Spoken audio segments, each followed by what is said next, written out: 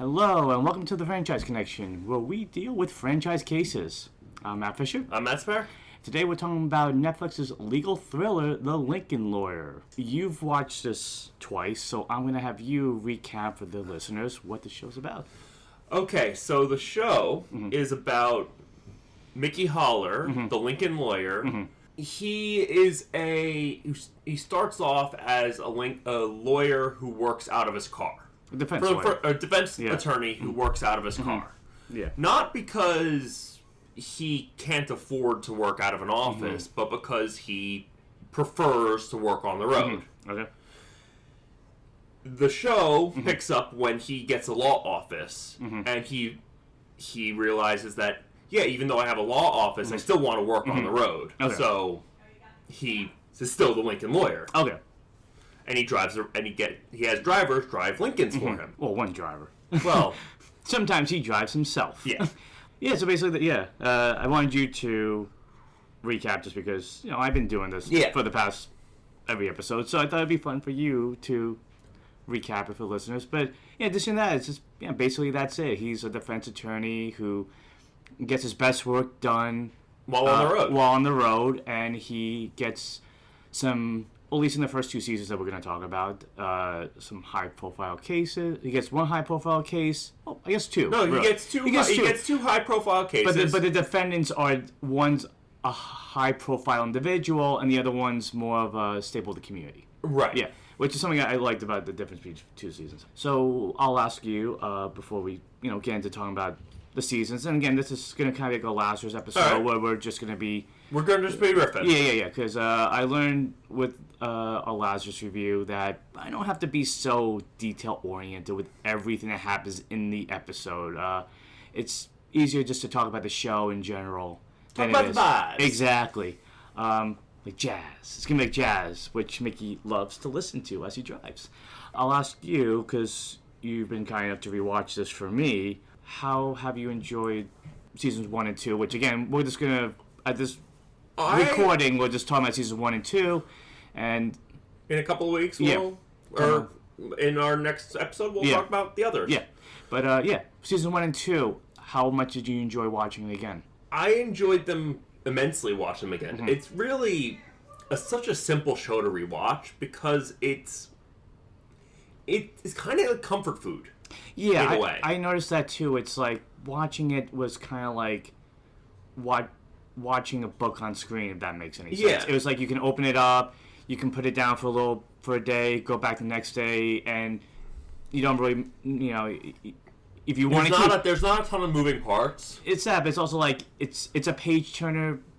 You can always like stop, pick up when you want to, but you want to see where it goes and where it leads. Yeah, it's the definition of a beach read. Exactly. And watching this too, like I thought well, you continue because I asked you a question first, but did you notice anything this time around in seasons 1 and 2? I noticed a little bit of... I noticed some more of the clues. Before we get into details, that led the case, and I was like, okay, so this leads to that and leads to that. Did it make it like less enjoyable? Because sometimes I feel like if you know what the answers is, sometimes like there've been some movies where I've rewatched where I'm like, I know where it goes, and sometimes I'm like, oh, this is still just good. Sometimes I'm like, oh, it's not as good when you know what the answers are in the end. That was part of the reason I was like focusing on the clues, because I was like, okay, does point A lead to point B in a smooth fashion, or is it as the clues unravel is the conclusion out of nowhere? Okay. And what was your answer? And my answer is, I felt like the clues did, for the most part, lead. There were some clues that were left to like the last minute that were like, yeah. So it's like in the show where he's like, Your Honor, we got one more thing to introduce. It's like, we weren't made, privy to this information. Yeah. So, this was my first time watching the show, and I watched the movie, which originally we were going to do the movie, but it just became easier for us to watch a show at this recording, and... we will eventually go back and watch the movie. Yeah, and it's all right, ha ha ha, if you know the movie, you'll get that.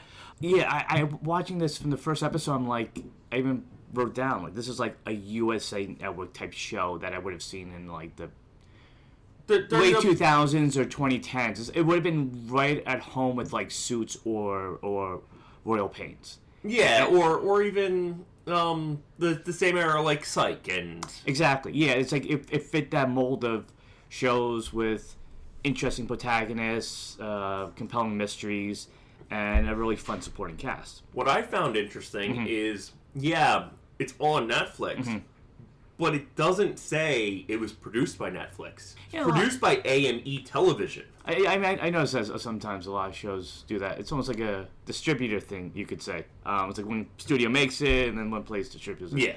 But I think maybe that has something to say for what the style and the tone of the show is.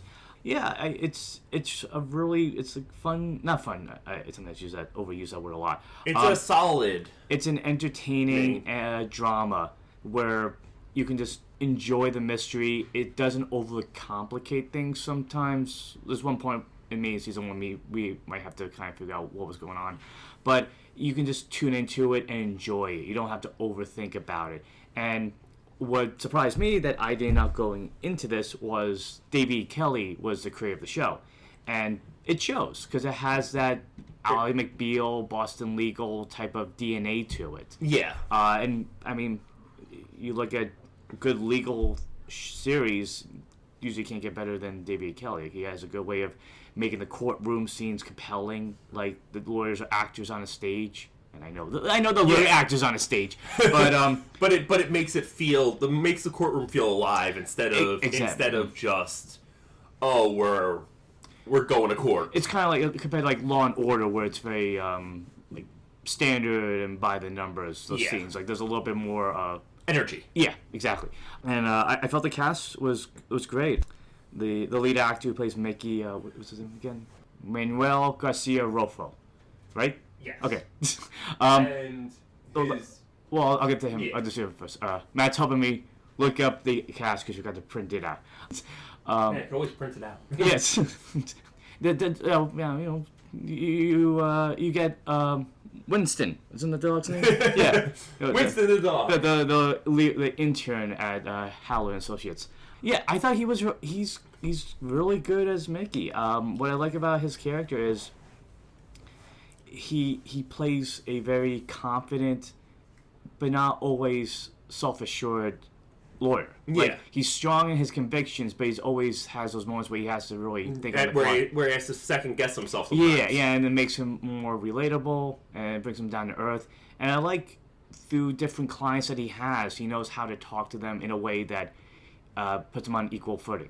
It's not really like, well, I'm the lawyer, you're my client, I have to talk to you this way. He treats everybody however they need to. And even like in season 2, when he's defending Lisa, he's like, don't you believe me? He goes, it's not about what I believe. It's about what I can prove. Yeah, and it's to show that he doesn't see a client one way or another. It's just him doing his job to defend them. But yeah, and I also like how they brought in his character from the movie, because it's been a while since I've seen the movie, but I don't think he really had much. Did he have a family in the movie? He had a family in the movie. Okay. His daughter was not quite integral to the story. Well, no, his daughter was much younger in the story. Okay. But I liked how those scenes with his ex-wife Maggie, or first ex-wife Maggie, played by Neve Campbell. Yeah, who was always great. Yeah, I had no idea that she was on the show, honestly. So when I saw her, I'm like, awesome, and she does a great job too.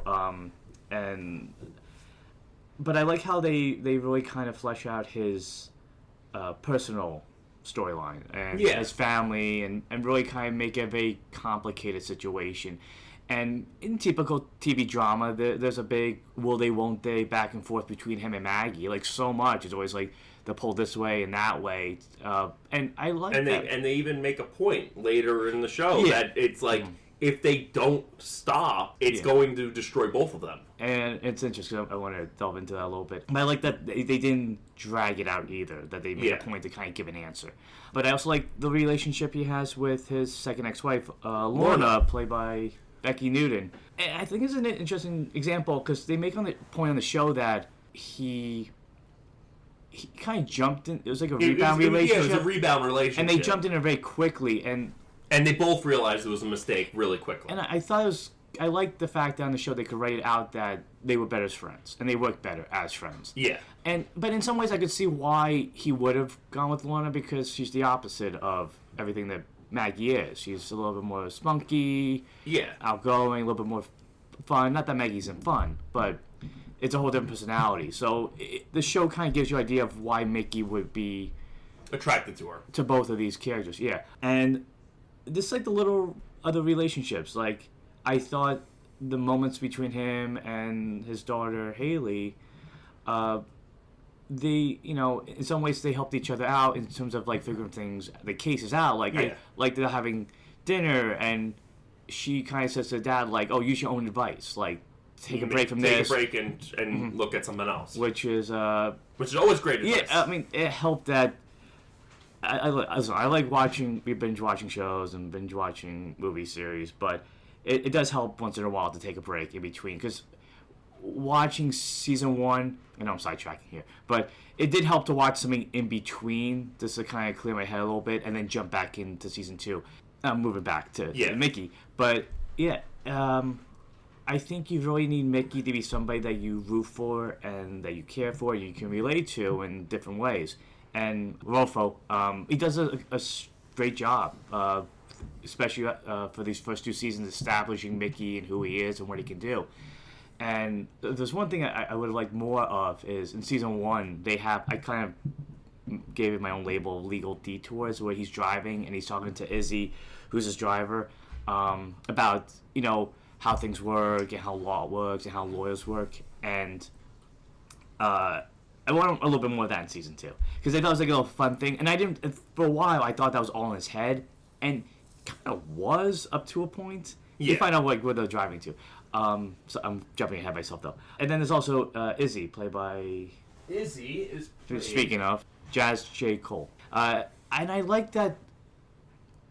She's kind of somebody that Mickey can relate to in a different way, because when we're introduced on the show, Mickey's recovering from a painkiller addiction. Yeah, and she was being she was being charged with theft due to her former addiction. Yeah, and the way Mickey gets her off the case is really smart. Yeah. But I like that when they're driving, I almost kind of call it a confessional. Like the two of them, like he was the churchgoer and she was the priest, and he could talk to her and vice versa. She's because she's an addict as well. She's keeping him honest. Yeah, that's a good point. Yeah, absolutely. And he's doing the same for her. Yeah. To the point that they both kind of reach a point where I want to say season 2 more than season 1, maybe. I mean, about the same. About the same. That they're both kind of tempted by relapsing, and they both kind of like, because they have each other, they're able to. Definitely season 1, because he was in the bar in season 1, and he was looking at the drinks. Yeah, even though he's addicted to painkillers, he's like, addiction is an addiction either way. And then he has to go and save her. When she's backstage. Season 2. Yeah, which backstage of a concert. That's the end of season 1. Yeah, backstage of a concert is not Mickey's scene, because he's like opening all these doors looking for her. He's like, nope. It's just like, no, it's not my place. Well, we kind of saved the best for last, but his right-hand man is Cisco, played by Angus Sampson. Great name. Who, and I guess Sampson works there too. But I was like, when I saw it, I'm like, this guy kind of looks familiar. Who is he? And then looked at him like, oh, he's one of the paranormal investigators in Insidious. So I thought it was pretty cool to see him in a very different role. And like Cisco's kind of like, I don't know, would you say... He's whatever Mickey needs him to be. But would you say he's the one that confronts him a lot of his moral and ethics, because he's the one that tends to... Bends the rules? Yeah, both of them do, yeah. I mean, yeah, to some extent. I also like that they kind of establish like a history between them too, and that we get glimpses of that. Do we see more of that in seasons 3? I don't know about season 4, but I don't remember... I mean, I remember season 3, but I don't remember... I feel like season 2 kind of like buried that hatchet. Or do the Road Saints come back? I think they do, but I'm not 100%. Because I kind of would like to see a backflash. We're calling them backflashes, because my brain's trying to work. I know we see more of the driving scenes in season 3. Can you say why without telling me? Because I haven't seen season 3, and as of this recording, season 4 just aired last Thursday. Yeah. To give you an idea, when you're listening to this in June. Okay. Yeah. From what I remember, there's a reason for it because there's a lot of driving in season in season 3 because they have to go somewhere, which leads to a big mid-season, not finale, but because unlike season 2, they aired all of it at once. Okay. But there's something big that happens in the middle of season 3. Okay. I mean, the way I know that now know that how season 2 ends, I'm like, what does this mean? Well, I think one thing I like about the show too is that the way one case leads to another is done pretty well. Because, I have some thoughts about how it's done in season 2, but I gotta give credit that the way a season ends and a case closes, and then something pops up to make another case start, it's not like, oh, he just gets thrown this. It's like, no, through the case, the course of, him doing something else, this pops up. Yeah. And I think that's a really good way to keep people glued. And, I mean, we have the luxury of watching, especially me, 1 through 4 right away. Yeah. But great way to hook your audience in to have them wait for the next season. So I can get why with season 4 just coming out, people were so excited to see it again. I mean, it's number 1 on Netflix at the moment. I mean, I don't know how much that counts for anything, but Mickey could make a case for why it should be number 1 continuously. And I guess before we get into not details, but just talking about seasons 1 individually and season 2, one point, and I might be overthinking this, and maybe I was just hungry every time I watched the show, but food plays a big role on the show. Yes, it does. I kept picking up, there's a huge food motif throughout. I mean, Mickey really likes his food. He likes his food, but I noticed that every time food or, to a lesser extent, drinks are shown on screen, something big happens. Something big happens, or there's a conversation that gives them a new way of seeing something. Like, we mentioned, his daughter telling him to look at another way of seeing. It happens at a dinner scene. Yeah, and there's a scene where he goes to meet his father's old associate, I guess? Associate, yeah. Yeah, legal, played by Elliot Gould, who's great. Like Nev Campbell, I didn't know he was on the show, so anytime he pops up in anything, it's always fun and a joy, and he brings 100% to the role. But like he's having breakfast with Legal and they're talking about the situation, but after that meal's done, they have a way of going forward. So I thought it was kind of cool. I don't know if I'm overthinking it. Write in, let us and me know if you feel food is a big part of the Lincoln Lawyer. I thought it was a nice detail. And so every time I saw them eating, I was like, oh, something's going to come up. Or they're having coffee, something's going to come up. If food wasn't such a big motif, Mickey and Izzy would never finish their tour of all the food trucks in L.A.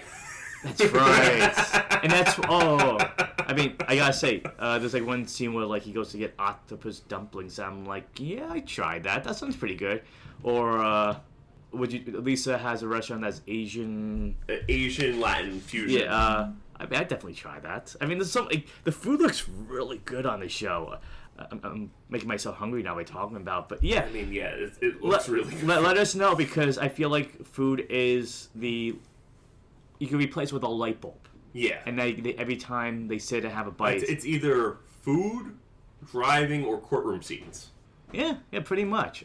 Or Winston. Yeah. No, I'm kidding.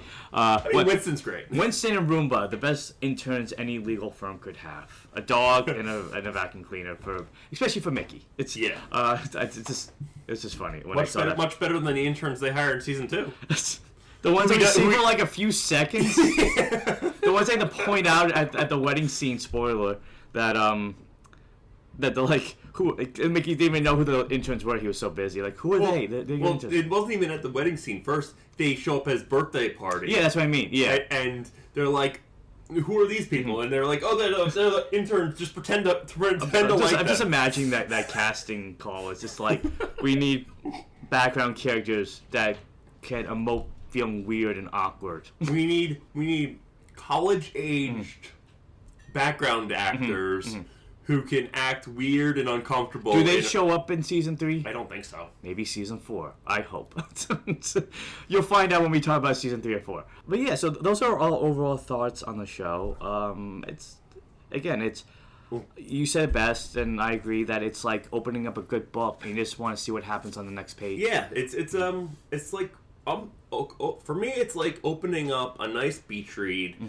Checking at that nice fast-paced, it's not overly complicated. It's something like nice to.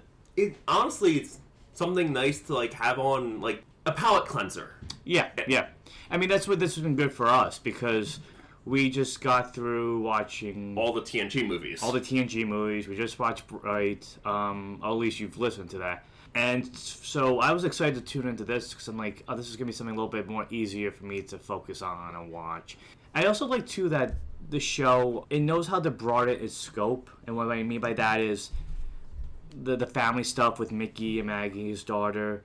It doesn't feel like it's tacked on, like, okay, we want to have the courtroom scenes, but we need this, too. It feels like it works naturally for the story and for the character development. Yeah, it feels like they are an actual family. Yes, yeah, and the acting really shows. Like when the whole cast, especially when like Mickey, Maggie, and Haley are together. Who plays Haley again? Haley is played by Krista Warner, who I forgot to mention earlier when we brought the character. Yeah, like when they're together and they're like having a meal, having breakfast together, like they feel like they're actually like a family that wants to reunite. Because when we see them on the show, Mickey's is he divorced? Well, they're divorced. Yeah. Well, I mean, they've been divorced because he had 2 ex-wives. Yeah. Well, one ex-wife. Well, the 2. Well, yeah. They're both ex-wives. Well, she's one of his ex-wives. Yeah. She's first wife. As he keeps in his phone. and that's one of the details I love. It's like first wife, second wife. And then his mom points out that this calls the other one blonde wife. But yeah, I like that, he needs that moral support, even if they're not always together, to help him figure out these cases. Even when it kind of butts heads with Maggie, because there are times when the two cases... Because she's a prosecutor and he's a defense attorney. Which definitely makes things interesting for his relationships. Absolutely. And especially at one point to the end of season 1. And beginning of season 2, I think, also makes it complicated. It's a case, too, with them of, like, having a struggle between the professional and personal feelings. Right, because they do genuinely love each other. It's just their professional lives make their personal life difficult. And speaking of the professional lives, I guess it's a good segue to jump into the seasons. Yeah. All right, so let's go. So we're going to go a play-by-play, scene-by-scene. I'm kidding. So... So season 1... on a rewatch, again, I should have said this beforehand, but I guess I'll say it now. Spoilers for Season 1 and Season 2.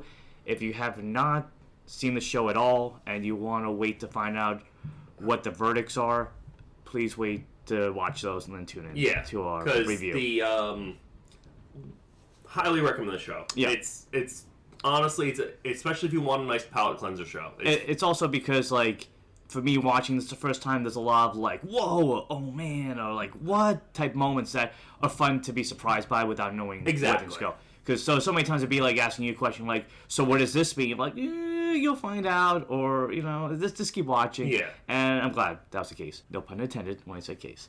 But, yeah, so Season 1, on a rewatch, what do you think about it? Did you like it? I enjoyed it just as much as the first time. Fine. Mostly because it's been a while since I've seen Season 1 and Season 2. Season 3 is slightly more recent, but there's more I forgot about Season 1 and Season 2 than I remembered. Like what?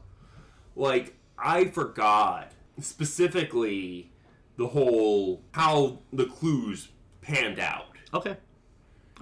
That's a good sign that, like, if you're watching, it's kind of like a new case for you. Yeah. Season 3 I remember more of, but I still forget, like, certain details. Okay. Because it's been 2 years. Yeah. It's been a while since Season 2, 3, and before Season 4 because of the writer's strike. I asked a lot of people, too, about, like, the show, and, like, which one did you like more? They're like, Matt, it's been a while since I've seen it. Like, I just watched it recently, so it's still fresh in my mind. There's one thing I want to ask you. When we watched the first episode, Yeah. and so the first episode, and I guess I should reiterate, or just iterate because I didn't say it already. The first season focused on Mickey making a comeback after another lawyer named Jerry gets killed, and he inherits his law firm and his cases. And one of the cases he inherited is Trevor Elliot, who's a video game developer. Yes. And he's accused of killing his wife and her lover. Yeah. Mm-hmm. And it's through the course of this season, he also deals with other like side cases, which I kind of liked. There was one that it worked, but I felt like it could have been his own season. But I'll get to that later on. But yeah, that was the basis of it. And as he rises like a phoenix from the ashes to become the lawyer he once was, he starts questioning his client and also have maybe a different view on the law, I guess, in a way, would you say? Yeah, a little bit. Okay. I'm just trying to sound fancy here off the fly. So he, his lawyer, or his client is making very rash, very... So let me ask you this. Or if you could want to ask me first. What do I ask myself? Okay. So watching Trevor Elliot the first time, like the whole time, I'm like... I never got the feeling that he was completely innocent. No, I never got that. He had such an attitude problem, and he made some weird decisions. And the more you found out about what he was doing to win the case, just made more questions pop up. I mean, like when you find out that he's, he plans to man the jury, so that way they could side with his case, and that it's possible he owed money to a very bad man. But also, I think the worst example of this was him going like, "Oh, Mickey, I have to testify." Yeah, because I need to prove in the court of public opinion. Yeah. Which, by the way, you showing up on the stand, even if you do say your story and it is true, that doesn't change the court of public opinion at all. But you feel like Mickey, because Mickey's like, "Well, we got the case in the bag." Yeah. He goes, "Oh, I gotta make sure the public knows," and then you kind of find out why he did it. But it's a dumb decision. But your feelings, like when you watch Trevor get accused of this again, did your opinion change of him, or did you still feel like he was kind of a bit of a scumbag? I thought he was just an idiot scumbag who was had way too much money and time. Mm-hmm. Did it feel like a lot of like what he was doing and choosing to do, it just, like you said, it made his case worse? Yeah, it like, was there anything that I didn't mention that you would say why he seemed like a pretty bad dude? No, it's mostly, honestly, just his attitude. Mm-hmm. He was incredibly disinterested in even anything Mickey had to say. Mm-hmm. Like what? Like any legal advice Mickey gave him, he was like, Mickey would be telling him, like, don't say anything, and then he'd go and say something. Yeah. So the whole time I'm like season 2, I think I felt there was a better job of like making me question whether Lisa really maybe did or not, or if she had ulterior motives. This season, like, you feel like this Trevor was just kind of like, I didn't get that sense with him. I felt like there was something more to everything that he's saying and doing. And the more you learn about it, it's just like... It just makes it worse. Yeah. One detail I like about season 1 that I wish kind of popped up in season 2, but I guess it would have been repetitive. Mickey has... I forget what her name was, but she was like the poker player. Oh, yeah. That could help him pick the jury. And I thought that was pretty... That was smart.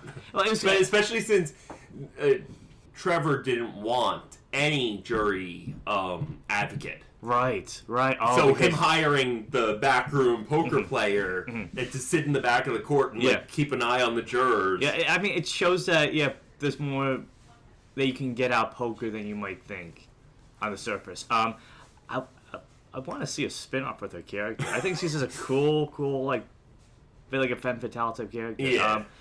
But I guess it makes sense to you why she wouldn't be on season 2, because it'd be kind of just like the same thing over again. Well, it's not even that. It's Lisa was more trusting of Mickey when it came to... so you're saying like Mickey's like, well, he doesn't believe everything I'm telling him, so I have to have somebody else here to kind of justify my decisions. Right. Mm-hmm.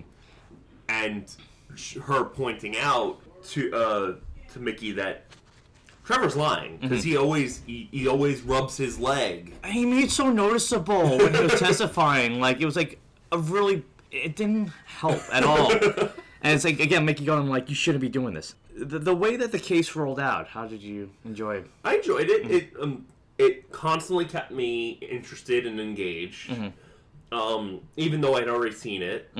A lot of the one clue did lead to another clue. Yeah. Almost always. It was almost always, okay, it was almost always organic with the clues. That's what I like, too. There's no really wasted episode. Like, and I know it's a binge model. I know it's a streaming show. But they don't really waste any time. They really get to the point right away. Even if they have to do time skips like they do in season 2. Yeah, which I thought that worked. I thought the way that he investigates, not only does he get this case, but the way he has to get back on his feet and put the clues together, and the way he puts the clues together are really well done. Like, trying to find my notes. So it's not the Trevor case, but he's interviewing, he's defending this one guy. His name's Terrell. And he's accused of pushing a cop, and you find out that well, he didn't push him. That he was accused of assaulting the cop, and the cop only on the cop's word because the camera wasn't working on his spy camera. The camera wasn't working, quote unquote. Yeah, but then, he bluffed and said, "Well, there's a camera from this ATM across the street." That caught everything. Well, that's what I mean. Like, he knows how to think outside the box, and the ways he finds to defend his clients are really creative, like that. And then it was funny in the scene because you remember you saw the cop, and he's like, they say she can't. Like, no, we'll just stop here. And it's interesting because these side clients, I'll call them. Yeah. They do come back. I was wondering, like, everyone knows, like, does Terrell come back? And yeah, he does, and he actually helps Mickey twice. He shows up again in season 2. So I like how some of these clients... Mickey has to help him out again. Yeah, and not really him, his daughter. But I like how it's not just, like, there to kind of add more time to the episode. It's a way like, we can bring him back. He has other cases he has to work on top of this big case. But like, it's not like we don't see them again for the most part. Like they do come back. I thought that was pretty cool. And Sam Scales, the forger. Was that the jewelry guy? Yeah, the guy. Well, he was. He was the guy who Mickey defended, who created the scam website. Oh, the vet. Yeah. Who comes back to. But yeah, I think that's what's fun about season 1. Is like I see these characters, I'm like, oh, they just there for background noise, and then you find out that like no, they actually have a role to play. It's like Mickey's group of allies or his network of associates. Yeah. Non-legal associates, I guess you could call them. I mean, the Road Saints are definitely one of those. And I think that's something interesting, too, because we do get that scene, I think it's in season 1, where he has to kind of cross the line. And that's what I find interesting with Cisco, because Cisco was with the Road Saints. He got out, and so he doesn't always like Mickey kind of jumping back in. But like you point out, we were talking about after one of the episodes, he has, he still has to make money. So sometimes he'll take on some clients. He has to take on some clients that he doesn't want to have to take on because they are constantly have people in jail. And the Road Saints are one of his best clients, which is why Cisco does what he does in season 2 so that Mickey can go back to billing the Road Saints because he was doing pro bono work for them. Right. And he didn't like, he didn't like the fact that Mickey was paying his debts for him. Yeah, true. Jumped ahead, but we're going by vibes. Yeah. With the Trevor Elliot case, I thought it was interesting the way that like clues popped up, or the way he tried to figure things out. Because there's one part where he has Trevor drive in his Ferrari from one location to another. So to figure out how long it would take him to get from the office to his residence. It's a weird way to put it, but it's almost like if like when you're little and you have to get a shot, and it's like looking away so you don't know what they're really doing, or try not to know what they're really doing. But I like how Mickey was kind of distracting him to be like, why'd you make me do this? He goes, because I'm trying to prove that you didn't do this. But it was that, and how he found out Trevor's wife's, her name was Laura, right? Yeah, Laura. Okay. How we find out that the yoga instructor she was seeing was actually seeing a bunch of other women. Yeah, that he was doing off-books instruction, I'll say. And also getting like money for a yoga studio from, so he's like extorting these women too. And so he wasn't a very nice person. But we find out that they think that he might have been killed by one of the wives' husbands, who I think runs a security firm or something like that. Runs a security firm and may or may not be ex-Mossad. Yeah, and so how I thought I was going to say how Cisco's the same way. Like there's a part where Cisco does something, I forget, and this guy Anton shows up and he kind of threatens him, but we find out that Cisco's wearing a camera, and then that comes back in the courtroom when he goes, "Hey, you say you don't threaten anybody, and boom, here's evidence. Here's evidence for impeachment."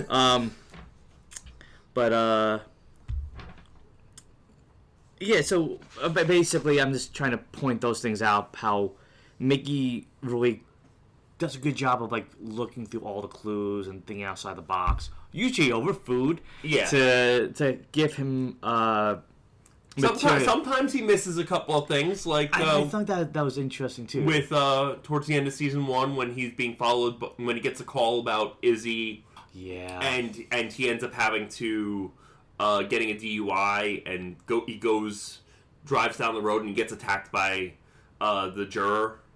He got a DUI in that? No, he didn't. He gets a call from a person pretending to be a cop, I was like, saying that they arrested Izzy. Oh, for DUI. Okay. Right. I was like, he's sober, man. What were you watching? But I also like how his team really does a good job also investigating. Sometimes not always the best. Like Lorna, who might be my favorite character on the show. I really like her because I feel like she's a character that people would always underestimate and kind of see what. No, Matt's giving a look like, No, I'm like, you're gonna really enjoy season 3. Then. What I like is that like she's somebody that like somebody could look at and be like, oh, you study law, kind of like.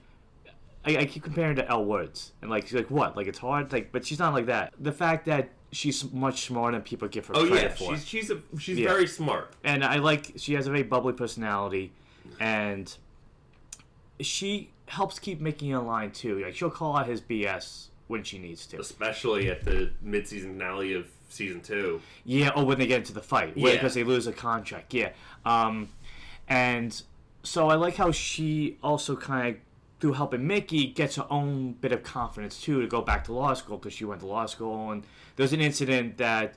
Do we find out this season or season 2? This is in season. Well, we find out in season 1 that she started to question whether or not she really was the smartest kid in the person in the class because of the overt sexual. There was a professor that like made sexual advances towards her. Yeah, and they made her want to leave. But then she meets a former classmate, and they're like, "Yeah, you were the smartest one in our class. Like what would happen?" And I think that kind of motivated her, like, "Oh, maybe I'm better." And I like to say in season 2, she has her. I'll go into more detail when we talk about it, but her big kind of Pretty Woman moment was like, big mistake, huge.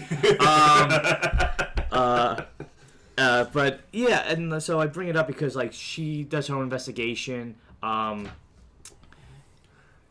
She goes to, like, she kind of flubs it a little bit, but she goes to speak to a real estate agent. Yeah, it's a real estate or is it insurance? It's not really clear. Yeah. I think she was either a real estate agent or an insurance agent. Yeah. And she goes to talk to her to investigate Jan Rills, and ends up getting caught basically red-handed in the lie. And that lady shows up in court, and it's like very awkward every time. And she's like really mad about the whole thing. Yeah. But yeah, I think it's fair to say Lorna has like that Elle Woods, personality. Oh yeah, she's great. And so I liked where her story went in season 2, especially because she got more time in the courtroom, and you saw her becoming a lawyer in her own right. And then on the other hand of that, the flip side is Cisco, who the two of them also. And so they introduced early on the fact that the two of them are seeing each other. They don't want Mickey to know. And I like the fact that everybody seems to know, right? And then when Mickey finds out, he's like, "Go right ahead." Yeah, but everybody seems to know, but they're like trying to keep a secret that's like not a secret. Cisco, I think he can go a little further than Lorna does. But he can like confront Mickey when he feels like he's like going too far, like not sure about his decisions, and Yeah. it's always a matter of trust. And sometimes he listens to Cisco, and sometimes he just has Cisco listen to him. But I like how Cisco is kind of like sneaks up. He's like Batman in a way at times. Like it's just, and he also, I guess he does because he has that growl. He talks like this all the time. Hey, what are you doing? Like I said with the ATM video or the video that he was wearing with Anton, or when he's following Bruce Carlin in season 1, and he ends up getting he first finds him because they were gonna meet, and then apparently the cops were following. I also want to brought up. I like the fact that in season 1. He's trying to get information on one of the jurors that Trevor had implanted. It wasn't Jerry. Or was Jerry part of that? Because I was a little kind of like confused. So, sidebar about this, but yeah. Neither Trevor nor Jerry had the juror planted. Yeah. Jerry wanted to put the continuance on once he found out about the planted juror, which is why he was killed. Because they need to get this done right away. Right. And did Trevor know? Trevor knew about it, and he was okay with it because he knew he would get off. Okay. Well, at least, this is in public court. He still need to do that. Right. But the judge was the one who planted the juror because she wanted to make sure this high-profile case was successful. Okay. Not necessarily because of who it was, but because it was such a high-profile case that would make careers. Okay. We'll get back to that when we talk about the end of the show. Going back to Cisco, one of my favorite moments with him in season 1, and I made sure to mention it's in episode 7, and he's going through the garbage of the juror to get information. Oh, yeah. And this guy sees him, and he's like, what are you doing? He goes, I'm looking for my childhood bong. My girlfriend threw it out. I'm looking for my bong. It's my childhood bong. I'm like, okay, that's a family heirloom if I ever heard one. And I also like too that this is when they're having food too. Cisco talks to he makes a joke that to Haley that he's like, Cisco says, yeah, I'm the guy you call when you need someone's legs broken. And I guess Mickey's the one you call to defend that guy. Yeah. My point being when I'm bringing this up is that Cisco's a good guy in terms of really digging. Like, he's a good investigator. He really gets the clues. He follows the leads. And sometimes he has to make a scene to do it. Like this one part, he's trying to get... This is like the B-plot of the show, where Mickey, now that he's back on his feet, he's trying to open up a case for his one client named Jesus, who was... he was charged with killing this prostitute. This prostitute. Yeah. And Mickey knew he was innocent... But the evidence dried up because the key witness disappeared on him. It was Gloria Days, who every time I heard her name, did you think about the Bruce Springsteen song? Because I sure did. I mean, that wouldn't be a good song for this season because it was a comeback, for Mickey. But anyway, Cisco, he's trying to get information on Gloria Days, and he goes to a furniture store, and he puts his feet up on this, like, really expensive furniture. And the guy's like, what are you doing? And he's, like, trying to get him a subpoena. Yeah. Oh, no, not subpoena. No, he's trying to get information. He was the key to getting Gloria. He was trying to get the guy to hire Glory to bring her back to town so that they could get her to testify. And so that's... Well, maybe I'll say this for the end of the season 1 discussion. But the thing with the Jesus case, it helped add more to the season, but I also feel like it could have been more too. I want to say that for later, because that's like more of my... More of a bridge. Yeah. Than a...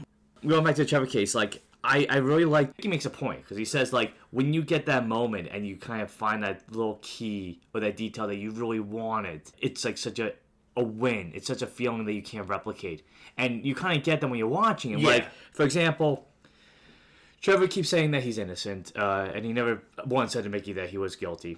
And he finds out that when Trevor was arrested, he had gun residue on his hand. And there was a lot of it. Well, not only on his hand, on his whole body. Yeah. But it was so much that it was like, okay, even if he did shoot a gun... he would not have had this much on him. Yeah, especially the weapon that was used in this particular crime scene. And so Mickey he's looking at all this evidence that Jerry has, and he keeps seeing him go to the casino, and he's paying this guy, and he's like, what's going on? Like, why was he going to this place all the time? And you find out that he was paying for footage that this mechanic. This mechanic. Oh no, he's well, paying. That was the drone footage that the one guy had. No, he's paying for the mechanic's records because the mechanic serviced a police car that both was shot at previously that night. Because there was another client of Jerry's who was a veteran who shot at these cops, and he was because he had like a big mental break. Yeah, but he was like using really powerful weapons. He shot 90 rounds of ammunition at the cop cars, and then we find out that the car that he was placed in was the same car that was Trevor was sent into, and when you get that moment, that was like we mentioned how this was before Trevor's like, oh, I want to go on the stand. This was like the thing that basically was this the magic bullet that yes, they talked about? Yes, this is the magic bullet that Jerry had. That they kept saying he had something that would solve this case. And when you find out that moment, I was like, whoa! I'm like, oh man! Like I never thought of that. And the way Mickey found out was because he saw the number on the car. Yeah. And he looked at the footage, and I like this one scene. Wasn't there one scene in the courtroom with the DA where they're like, we didn't see that? He goes, so the footage was all here. You guys just didn't look at everything. Yeah. But yeah, I mean, like you hyper focused on this one part of the video, but the whole footage we didn't change. We didn't reintroduce anything. It's the same evidence. I'll use that as a key example. This way, otherwise we'll be talking about this all night long. That you're like, oh wow, so like there's like so many scenes like that with Mickey that makes him such like a really smart character. And sometimes, would you say his ego gets in the way of him kind of seeing things that are maybe should be clear to him but aren't? Like if he wasn't so focused on this case, if he looked at Trevor a little bit differently, but he always seemed like he had. I would say that's more of an issue in season 2. For different reasons. But he always seemed like he felt like Trevor was never being completely honest with him. Oh yeah, he was always skeptical of Trevor. That's why he even said, like, I don't want you going on the stand. Yeah. I know that if we win this, my job as your defense attorney is to get you not guilty. I can't give you free of public opinion. I like that they help Mickey like be like the audience going like, I don't know, like this guy's kind of leading me on, and he just kept digging himself a bigger and bigger hole. Like every time Mickey found out more stuff about him, like you owe money to a really bad business guy, and he did steal his wife's code to make their video game. And this is something I wanted to ask you that when we started talking about season 1. So when we watched the first episode, you saw the sign, the billboard for Nocturnal. Which, two questions for this. One, is that a game you would play? No. Why? It looks so bad. It looked like a scene from like one of like their early 2000s sci-fi movies. Like, it looked like.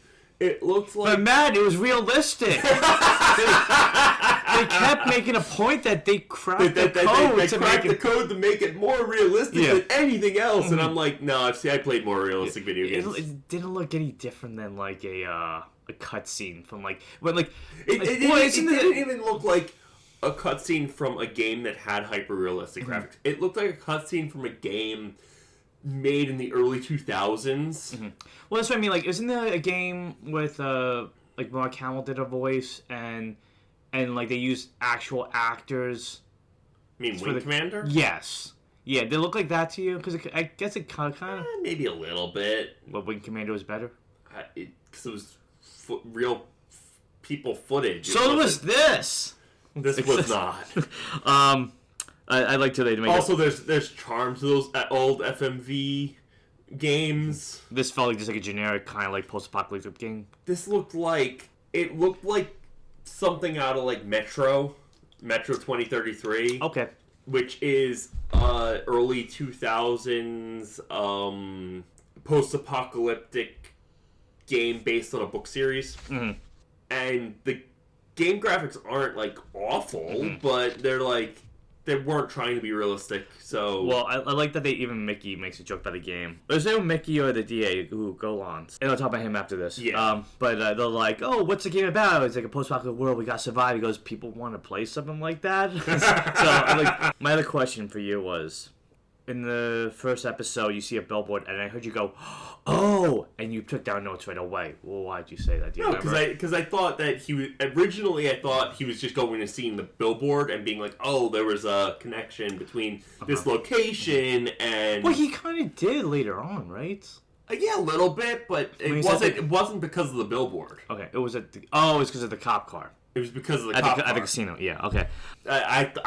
It was a well-placed red herring. Now I got my answer. And so, something fun with the show is that, like, you said that each season has a different DA that he goes up against? Kind of. Okay. It's... So... Season 1 was Golance. Each case is different. Okay. For different reasons. So, like, obviously, the Trevor Elliot case is him defending a person who is obviously did it. Mm-hmm. All the evidence points to that. Yes. There really is no... Yeah, they have this reasonable doubt, but that's all Mickey can give the jury. Yeah, but what I mean is just that, like, each season is a different person he goes up against.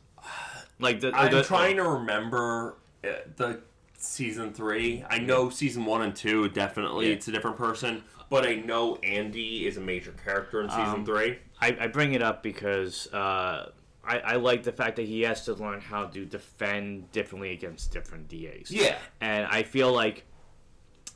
So in season 1, he goes up against a guy named Golance. That's his last name. And I like how the two of them kind of like...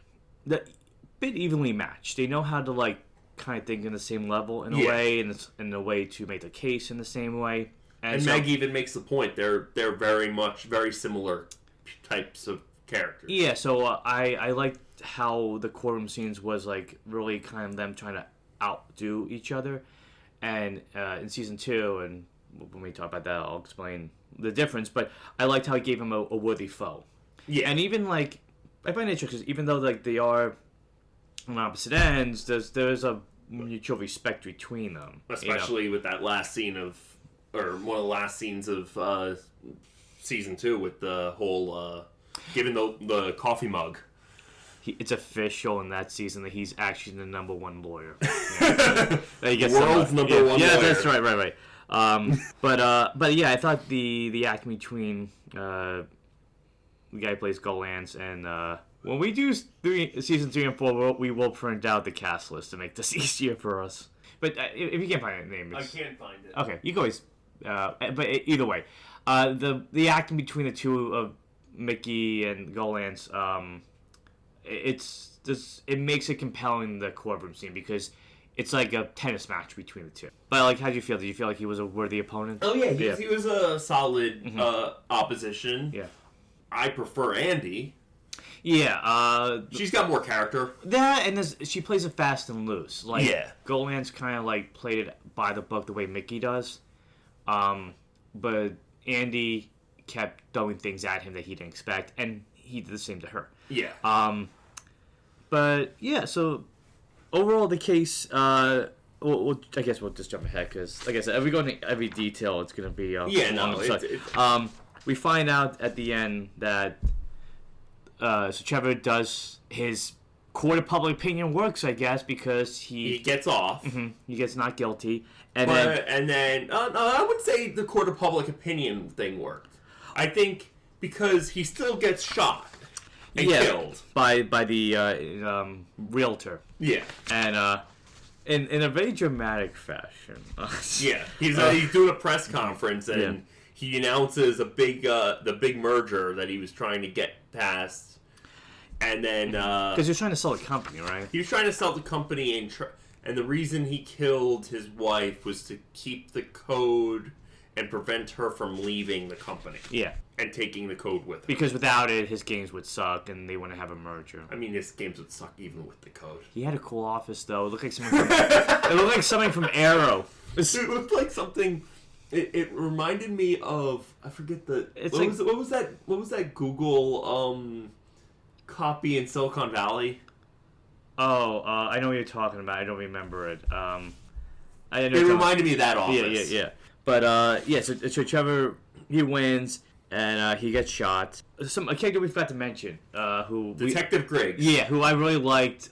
He was a nice foil for him in season 1. Yeah, especially the first time you met him. Because, like, he goes into the office, and he's like, this is a crime scene. He goes, the crime scene was in the parking garage. Why are you in my office? Why are you taking my client's files? They're not pertinent to your case. Yeah, and I like... And no judge would offer you a search warrant for this. So, yeah, but I like how he was always trying to get one step ahead of Mickey, and vice versa. It created a nice... antagonist, but it wasn't like a mean antagonist. No. It was just a different side of the law fighting each other. Yeah. Mm-hmm. Yeah, but Griggs, but I bring Griggs it up because I mentioned, like, he says a term, which is the episode title, the brass verdict, about which is happened. Actually the title of the book that this is based on? That the first season is based on. Oh, interesting. Cool. Just like the second season is based on the book The Fifth Witness, which is the name of the 9th episode of that's pretty cool. 2. I do like that Michael Connelly, who made the books, helped to write some of the episodes. He's helped write and consult on the show. Yeah, I think that's cool. It's the same reason why there's another show we watched as of this recording recently called Dark Matter on Apple TV, which Blake Crouch help book on the show too. I think it makes such a difference. It's really cool when they include the authors, and I hope more. Yeah, I really hope more studios do that, especially now that we're seeing that. But that's a tangent. Yeah, that we can go on. We can do a whole episode on that if anyone has any interest in listening us ramble about that. Yeah. If please let us know. But before Mickey gets shot, sorry, not Mickey. Trevor. Sorry, that'd be a whole different case. Mickey confronts him, and he is pissed off that Trevor kind of used him. Just refresh my memory, though. How did Mickey know that Trevor was lying? Did he know? No, because Cisco came to him and was like, "Well, that video of you watching him on it, the thing that he was playing with his drone." Right. There was another aha moment that was really good. Yeah, that's right. Oh, and he's like, yeah, you took the clothes into that, and that's why you thought you were doom scrolling. Okay. Yeah. But there's a nice confrontation, and it's like, and Trevor being the character he is, he's just like, yeah, I did it. Yeah. So what? You can't do anything about it. I can't get charged again with it. So But I think Mickey's drive to make a comeback kind of got in the way of him maybe seeing something that he might have seen probably on the first turnaround. But then again, he was being paid to get this guy a not guilty verdict. He was just trying to do his job. He was doing his job, which is his job. Sure, the guy's a scumbag, but he always says on the show to defend who I have to defend. Doesn't matter if they did it or not. That's just my job. Okay. He was just mad that Trevor lied to him because he kept saying the whole time. He kept saying, "I can't do my job properly if you keep lying to me." And I feel like it comes up a lot in season 2, but we'll get to that. Yeah. Overall case in season 1 really interesting. A lot of aha moments, fun discoveries, some intense moments, especially with Mickey. Like toward the end of the season, like he gets attacked, which raises more questions of some. So that plays into this whole thing where somebody's been following him. He thinks it was Trevor, but it wasn't Trevor. It was really this judge that signed off on him inheriting the law case. firm. Yeah, and like we said earlier, she was following him because they wanted the case to go through, right? Because she wanted. I had questions about it. So she essentially was trying to make it so that she wanted to be the judge overseeing the law firm that brought this case in. But it has something to do with her husband too. Well, her husband was a defense attorney, which is why she knew what jurors were going to be on that case. I thought it was because she had access to the... She also had access to the jury. It had to be someone high up. Yeah. But because... So she knew the law firm that would be trying this case. Mm-hmm. So so she knew what she had to do. Yeah. But, like, she was trying to get, like, money out of it. There was, like, some questions. Yeah. Like, we were trying to figure this out before. She was basically a corrupt judge who was doing anything she could to get ahead. Yeah. Okay. That sums it up pretty well. But I like at the end when Mickey confronts her about it.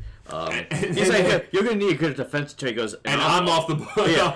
I'm all booked up. And by the way, here's the cops. Yeah. I also thought it was kind of interesting that, like I said, like, Izzy was kind of like his confessional, but, like, that judge before this whole revelation was more of a therapist. Because it made me think of, like, the scenes in The Sopranos. Not to the same extent, but, like, she was just keeping Mickey in line. But then we find out why she was keeping him in line.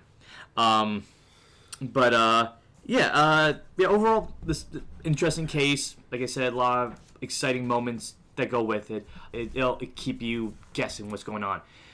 Now, for the side stories, I do like that they gave Maggie a whole story arc. I just kind of kept hoping that would tie into the Trevor case in some way. I think it was separate enough. Do you think it helped that it was a separate case? Yeah. Why? Because it gave her more of a, like, oh, this is what she does. It's a breathing room between the cases. If they kind of got meddled, then it would just kind of like make it even more messy. Correct. Okay. I also like too that you got to see her at work. It wasn't just like every time she showed up, it was just like she's done with the case or she's going to a case, and anytime she's just talking to Mickey, it was just talking about Mickey and Mickey and Mickey, or Haley. That it showed why she's a good lawyer too. It shows why she's a good lawyer. Why she's like a dog with a bone. Yeah. Mm-hmm. She doesn't want to let go. Yeah, and but I also found that she had her arms tied too because her boss was kind of like, her boss was running for re-election re-election, and she's like, we gotta get these cases out, and she goes, but I gotta do my job because basically she's prosecuting this businessman who runs a sex trafficking. What was it, sex trafficking? It was a human trafficking. Human trafficking who apparently the women who he traffics tend to end up being sex trafficked as well. Okay, because I know he did end up not marrying, but he going out with one. But yeah, and what I mean, it was interesting. It was an interesting counterpoint to Mickey's case. That here's Mickey doing this high-profile case with this businessman, and Maggie's always doing a high-profile case with a businessman who's also a scumbag, but in a different aspect. Exactly. Yeah. You got to stop. I have to get the thesaurus so I can. I noticed new words to say fun and nice. I noticed that for myself when I was editing the TNG first. I keep saying fun and nice. No, I kept saying, "Oh, I like this character is interesting because this character is interesting because." So yes, we both need a thesaurus. Yeah. Maybe you could do it. You're doing a counting game. How many times you say fun, nice, or interesting? Review. But getting back to my point, I guess. Yeah, I like that they made Maggie her own character that had her own cases and jobs. Because I think any other show she would have just been like a side character that showed up just to deal with the family drama. Yeah. Maybe. And I like that she had her own Cisco with this guy Langford, he's a cop, right? He's a cop. Yeah. The reason so he is a character who I find to be not quite interesting, but he's a character who has a lot of depth to him. Okay, because so he's this cop who is investigating this ring, and with Maggie, and he also was the lead cop or the supervising cop on the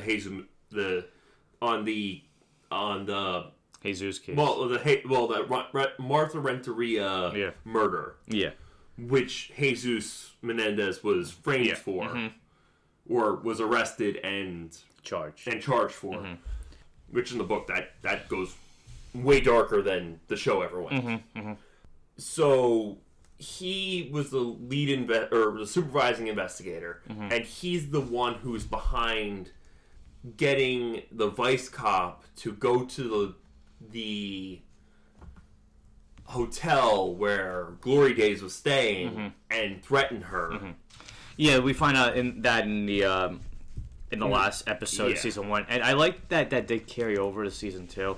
But what I mean is, like, it's interesting how there's a counterpoint between Mickey and Cisco and Maggie and Langford. Because Langford kind of does the same stuff that Cisco does. He's just above board, where Cisco kind of has to do things on the down low. Yeah. But yeah, that was a pretty big reveal, because Glory Days shows up and says, I was going to testify, but then they were going to, send me to jail. So I had to run, and then it finds out that the reason the detective arrested her was because this way the detective get promotion, and the guy who said that was told her that the person who they arrested was the right guy and was a scumbag who needed to be put away. Yeah. Which just shows the cop that he was just being lazy. Yes. Because there's evidence to say that this person didn't do it, but we're not going to listen to that evidence. It's just like, I'm tired. You just do it. I'll give you a promotion. But this is a good way for me to go to the Jesus case. So this is one of the kind of 2B plots, I guess you could say. I feel like that maybe is a C plot, but it's a bridge case between season 1 and season 2. And so we saw season 2 opening, but I feel like you could have built up to the Jesus case, I feel. I get why they included it, but I feel like if they included it, should have been bigger in season 2 than it was. I know you have a reason why. Yeah. But watching it just felt like it was a way to tie in Mickey's pill addiction into his comeback story. A little bit. Yeah, but I just feel like that could have been so much a bigger story than it was. In some ways I agree. In some ways I'm like... Because you said you felt like it was fine because they did the story already in the movie. So, the movie is... He is defending Russell Lawson. Okay. He's Oh, is that a callback in season 2? Yes. Oh, interesting. Okay. So he's defending Russell Lawson, who committed the crime of killing Martha Renteria, but he's accused of another crime. I forget the exact details of the crime. Okay. But he's accused of another crime, and he's a rich kid who has... I remember that from the movie. Yeah. He's kind of an asshole, rich kid. He goes and gets Mickey's help as a lawyer because he knows that Mickey was investigating the Martha Renteria thing. Yeah. Because Mickey has this client in prison named Jesus Menendez who is in jail for the Martha Renteria killing. And he wants to prevent that from ever coming out. Okay. That Russell Lawson did the murder, and because the whole you're my lawyer, you can't do anything since you're my lawyer. Oh, okay. Yeah, I just feel like I think that story beat was there just to build up Mickey's character. But I feel like the case itself should have been a much bigger case. It probably could have been. I think that kind of ties into most... Like, there's some details we might not have gone into, but like you said, we kind of want to just keep it very general, so this way when you watch it, you can enjoy We don't want to spoil all the twists. Exactly.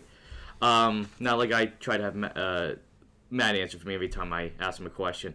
But I also like, too, that, like I said, season 1, I enjoyed how it was a comeback story. It was Mickey learning how to be the lawyer everybody remembered him being again. Yeah. And despite some setbacks we had along the way, he does achieve that. And something I noticed I thought was interesting was it bookends the season with him on the beach surfing. Like, he's kind of like he wants to ride the wave, and you could say that's his law practicing. Yeah. Or lawyering. I'm saying his law his practice. legal profession. And but looking and not really wanting to get on the board, and it ends with him actually getting on the board, getting ready to surf again, like Mickey's back. So that's what I really enjoyed about the season was him just finding himself. It was a comeback tour. Yeah. Which just shows because he had like 4 or 5 cases that he had to deal with. Mm-hmm. And boy, and they were all different varieties. Yeah, and I also like to when he meets Izzy for the first time, and she's charged with stealing this jewelry, and he sees the necklace, it's like this diamond necklace, and he's like, "Yeah, this doesn't look nearly as much money as what they're claiming it is." And he gets this guy who's a jewelry appraiser. And he's like, "Well, do you want me to appraise this here?" And they're like, "Wait a second, this is worth this much, but you claim it's worth this much. And so what's it? We could." And like, "Oh, we're tourists. We want to go back home. We don't want to hear it be in the court case." And like, "Well, we can go more into it." And if we go more into it, you're going to end up being in jail for fraud. Yeah. So they're like, we could just close this case. We're fine. Something I would look to was I like how Mickey's always on thin ice with the judges, whether it's season 1 or season 2, and the judge in season 1 is a lot like that, like Mr. Haller, Season 2 did not take his shit at all. No, and was this season 1 or there was a funny moment. I think it was. Maybe it was, I don't know. There was one scene where one of the judges is really annoyed, and he just he curses, and he tells the stenographer strike that from the record, clean up language. Oh, it was the when was it Glory Days one? It was the Glory Days. Yeah. It was when they were doing the hearing.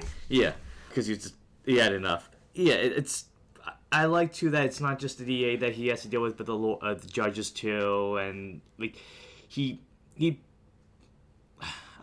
Sometimes when he crosses his line, he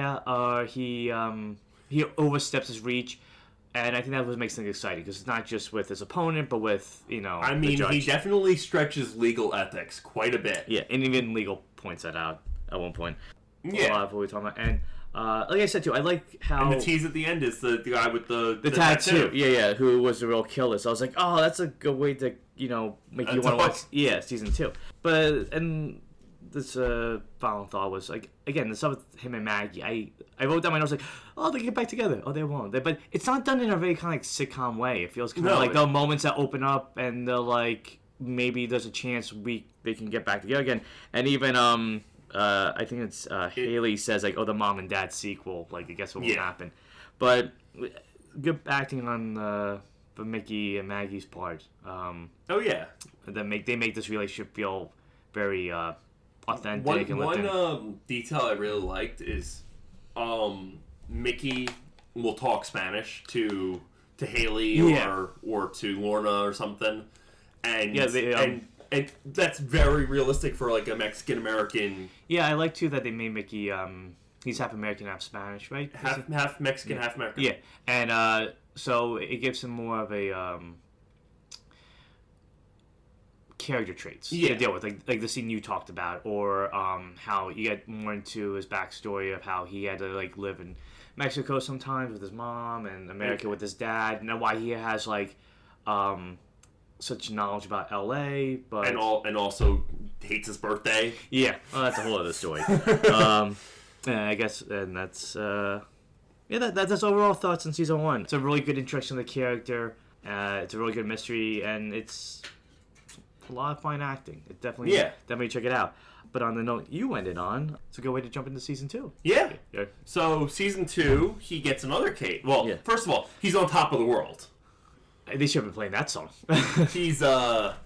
He's getting interviews by the LA Times. Well, before we jump into those details, so season 2 sees him representing this woman named Lisa, who's a restaurant owner in LA. I was getting to that. Oh, you were? Okay. Take over.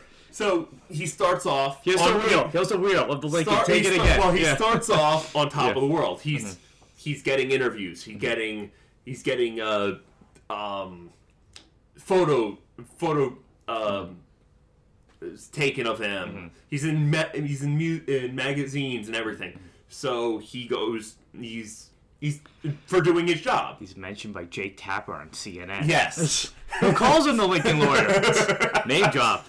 It's not a name drop. It's a gavel drop. In this case. So he then goes to eat dinner with Maggie because they're not really rekindling a relationship, but they're friends. They're friends, and they're trying to catch up, and his phone's blowing up because he's constantly on. Well, the reporters are trying to talk to him too. Yeah. And she's like, "Well, if you're gonna keep doing that, I'm gonna leave." And it was great seeing you, but and then he gets a whole bunch of food for free from the chef, who happens to be this woman who named Lisa. Yeah. They start a relationship. She has a last name we just forgot. Her name is Lisa Trammell. Okay, good for you for writing better notes than me. They say her name like a million times. All I saw was Regina from Once Upon a Time. So she's plying him with food.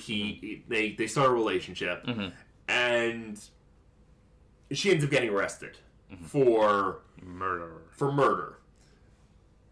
She apparently murdered this real estate developer named Mitchell Bondurant, who is who was a big, huge real estate developer in LA, trying to gentrify the neighborhood, make skyscrapers. And she's like, I don't want to do it. I'm not selling my property. I'm not doing anything. Even with this generous offer, I'm not selling. And she was protesting, and they have evidence that she pushed, or they have evidence that say she pushed him, which got her the injunction for a restraining order. A restraining order. Temporary? A temporary restraining order. TRO, as they called it. Yeah. Okay. So she ends up getting arrested for murder because the evidence is pointing at her because of the restraining order and comments she made in the podcast. Before the podcast. It's she made comments in the interview room at the police station that didn't add up to the police, so they arrested her and charged her, which I think that's a little bit fast, but if they have enough evidence. Well, she used the best words, and then she's like, "I want a lawyer," and then they're like, "Okay, there's more of this." But basically the setup of season 2 is that chef/community activist is charged with murder of a real estate developer. Of a big real estate developer. Yeah. But what makes this tricky this time, and what I liked about for two reasons, was one, instead of a rich individual, it's a working class individual. Yeah. And two, Mickey had a relationship with her. He ended it quickly before it became professional, but it's constantly an issue throughout this season, and I liked that fact. It definitely added an extra layer to the whole dynamic between them. Well, that was the thing. And even Lorna was like, "It's a really bad idea that you're representing her. You should not be representing her." And that's the thing. It's like he immediately says when this happens, like, "Okay, we got to break off anything that we were doing before. You can't bring me food. We can't see each other outside business hours." But I mean, you have that attraction to each other, and it does conflict your judgment. And unlike Trevor, who he could call out on his lies, or try to, with Lisa, he really tried to give her the benefit of the doubt way more often. And do you think that really, affected his judgment? Probably. Any examples you can think of?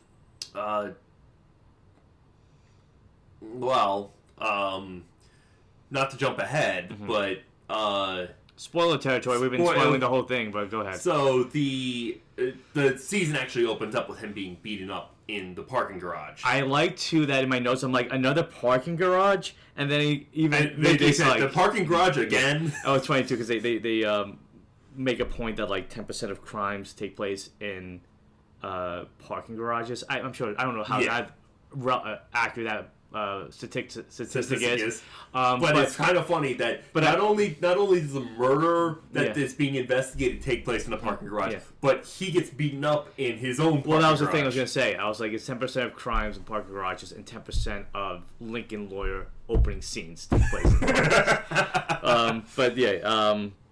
And then we jump back to him, which I thought that was I sometimes I don't always like that form of storytelling, but I thought it worked pretty well. It worked well for the season because it wasn't a whole season. It got back to it halfway through. Yeah. Mm-hmm. First of all, it got back to it halfway through, and B, it didn't really the him being beaten up is an interesting part, but what leads up to it is equally as interesting. Mm-hmm. But yeah, I thought that's what made this case a little bit more complicated was his personal relationship, because it's sometimes like he actually says, "Do you trust me?" And it's not just like hearing it from a client; it's hearing from a potential, a potential lover. Yeah. And I think Lorna was right to call him out at times on the this isn't very good. Get somebody else, but. And Lisa's like, I only want you to represent me. And that was the thing. The whole time I'm watching, I'm like, is she just toying with him? There was something about how easily she gave in or easily agreed with him. Again, you want your lawyer to do your job for you. But it's just the way that Lisa acted and presented herself. It was like, is she doing this because she wants Mickey to do this, so it'll help her out? And one of the few times that I guess I was like, I was kind of right on this one. Not in the actual case of what happened, but in something else that happens. But it was an interesting thought that kept playing out. She wasn't telling him the whole truth.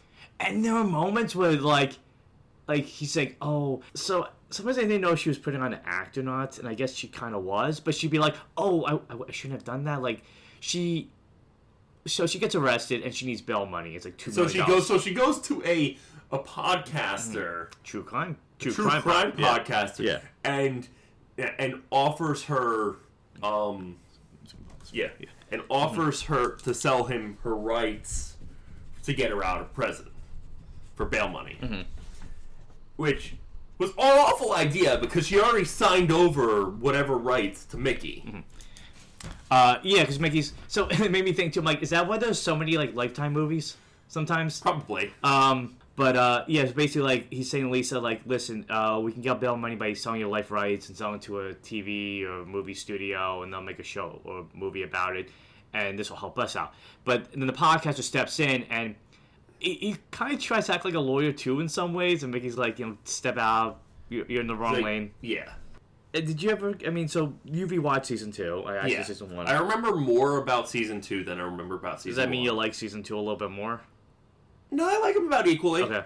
It's been less time since I've seen season 2, so I remembered a little more. I remembered that last scene with the garden. With the garden, and I remembered the whole Walter Kim thing and how that played out. Mm-hmm. That was a cool surprise. Yeah. And I remembered the whole the murder weapon being found in the middle of the trial. The hammer. There's actually one scene during the courtroom scene. I'm like, this is sounds like a game of Clue. It was someone with a hammer in the parking garage with Bondurant. But yeah, the way the case played out, same thing with season 1. It's the showrunners and they know how to make a compelling mystery, and they know how to craft the clues being organically developed. Yeah, exactly. It's not like it felt contrived that they would find this or they would talk to someone else about this. It was through their research that they're like, oh, they found this, what's other than this. For example, there's so that guy Walter Kim that you mentioned, there was an inspector, building inspector, had a photo of Lisa pushing Bondurant, but then they find an alternate angle on it, and not just the photo, a video of what led up to. Because Bondurant pushed her, right? And there's also one of my favorite moments, and again, a good moment for Lorna, that he's in court, he's defending Lisa, and they're talking to a witness who saw Lisa leaving the building, which, you know what, they made a point that, it was in like a street block, and it's Yeah. like, but she could have been walking anywhere. Yeah. Did they say that she left the office? Is that why? Well, no, they said that she was found in the vicinity of the office despite the restraining order. But like there's so many other places there. It's like it's a busy street. But basically, Lorna's trying to prove that from where the lady was sitting in a car, seeing Lisa walk down the street, She wouldn't be able to see clearly. She stopped and she puts these cones down, which I thought was great. She goes, stopping doing that. I'm stopping traffic. I haven't been in LA, but I believe the traffic is very busy there. So Lorna doing that was just very lucky that she was able to take the picture, but she was proving that from where she was sitting. Also, they're like, there's 3 lanes of traffic, but there was only 4. Yeah. It was. There's a parking lane. Yeah, there's a parking lane. So so the way they put that clue together was really well done, and it was like, okay, this is a win for them. And it shows, and then sometimes my nose they put like Slick Mick, because he was very slick with the way he found stuff. Now the counterpoint, Andy, who's the DA that he fights against this season, she's just as crafty. And I like so like if they want discovery, we're gonna bury them in paperwork. Yeah, and he's kind of like, it's what they do because they're annoyed at me. But I like how like she would introduce stuff that he's like, hey, we didn't have any record of that, and just trying to find my notes. Like the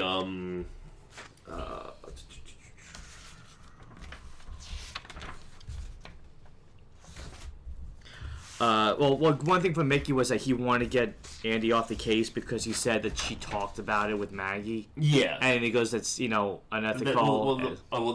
That's what got them discovery. Right.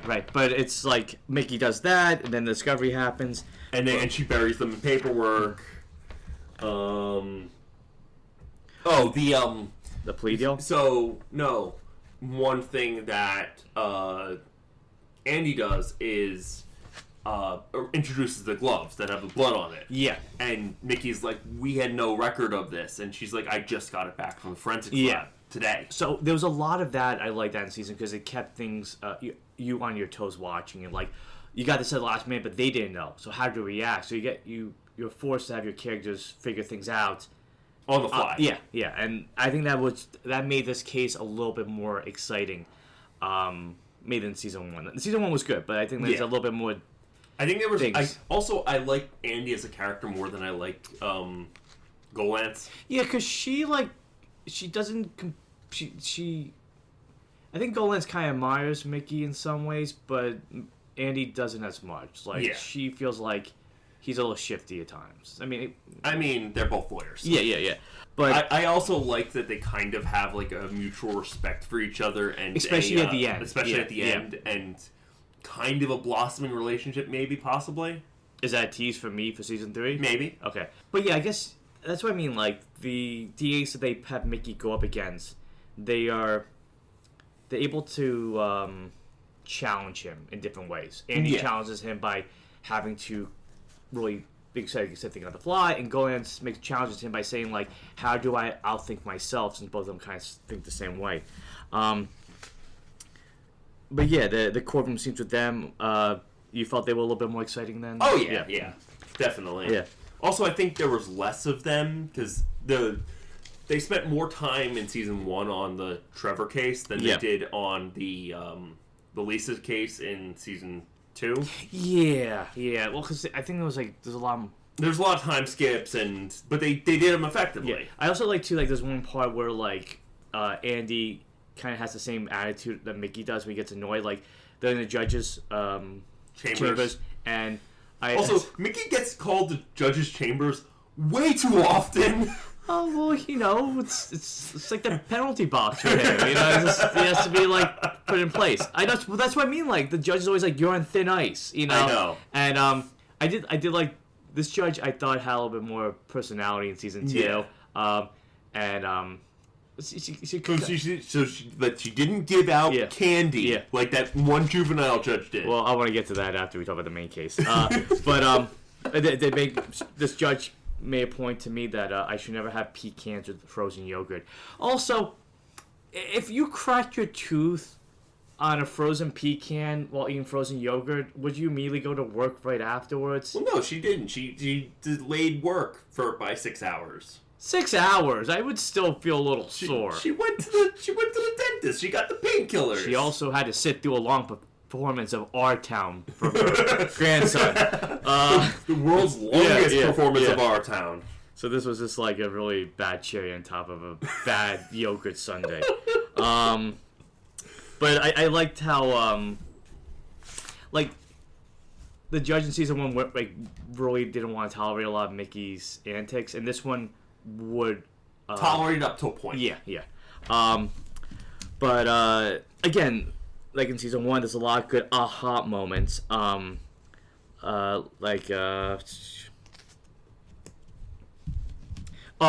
So basically, what leads him to getting Lisa off this case is he provides an alternate suspect. Yeah, we meet Alex Grant, who is this.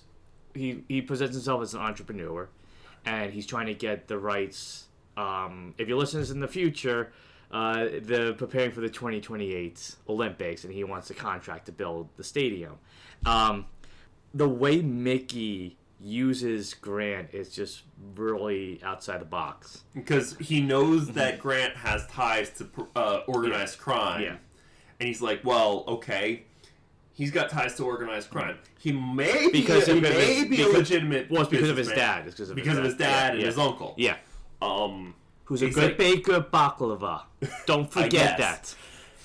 Hey, this is the second TV series that had really good baklava. What was the other one? Lazarus. Oh, wow. How about that? I'm going to have to find another show that mentions baklava. We'll have baklava as a recorded one.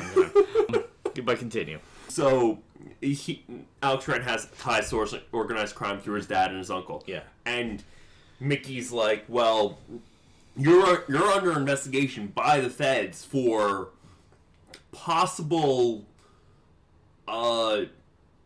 crimes when it comes to finances of how you finance your buildings.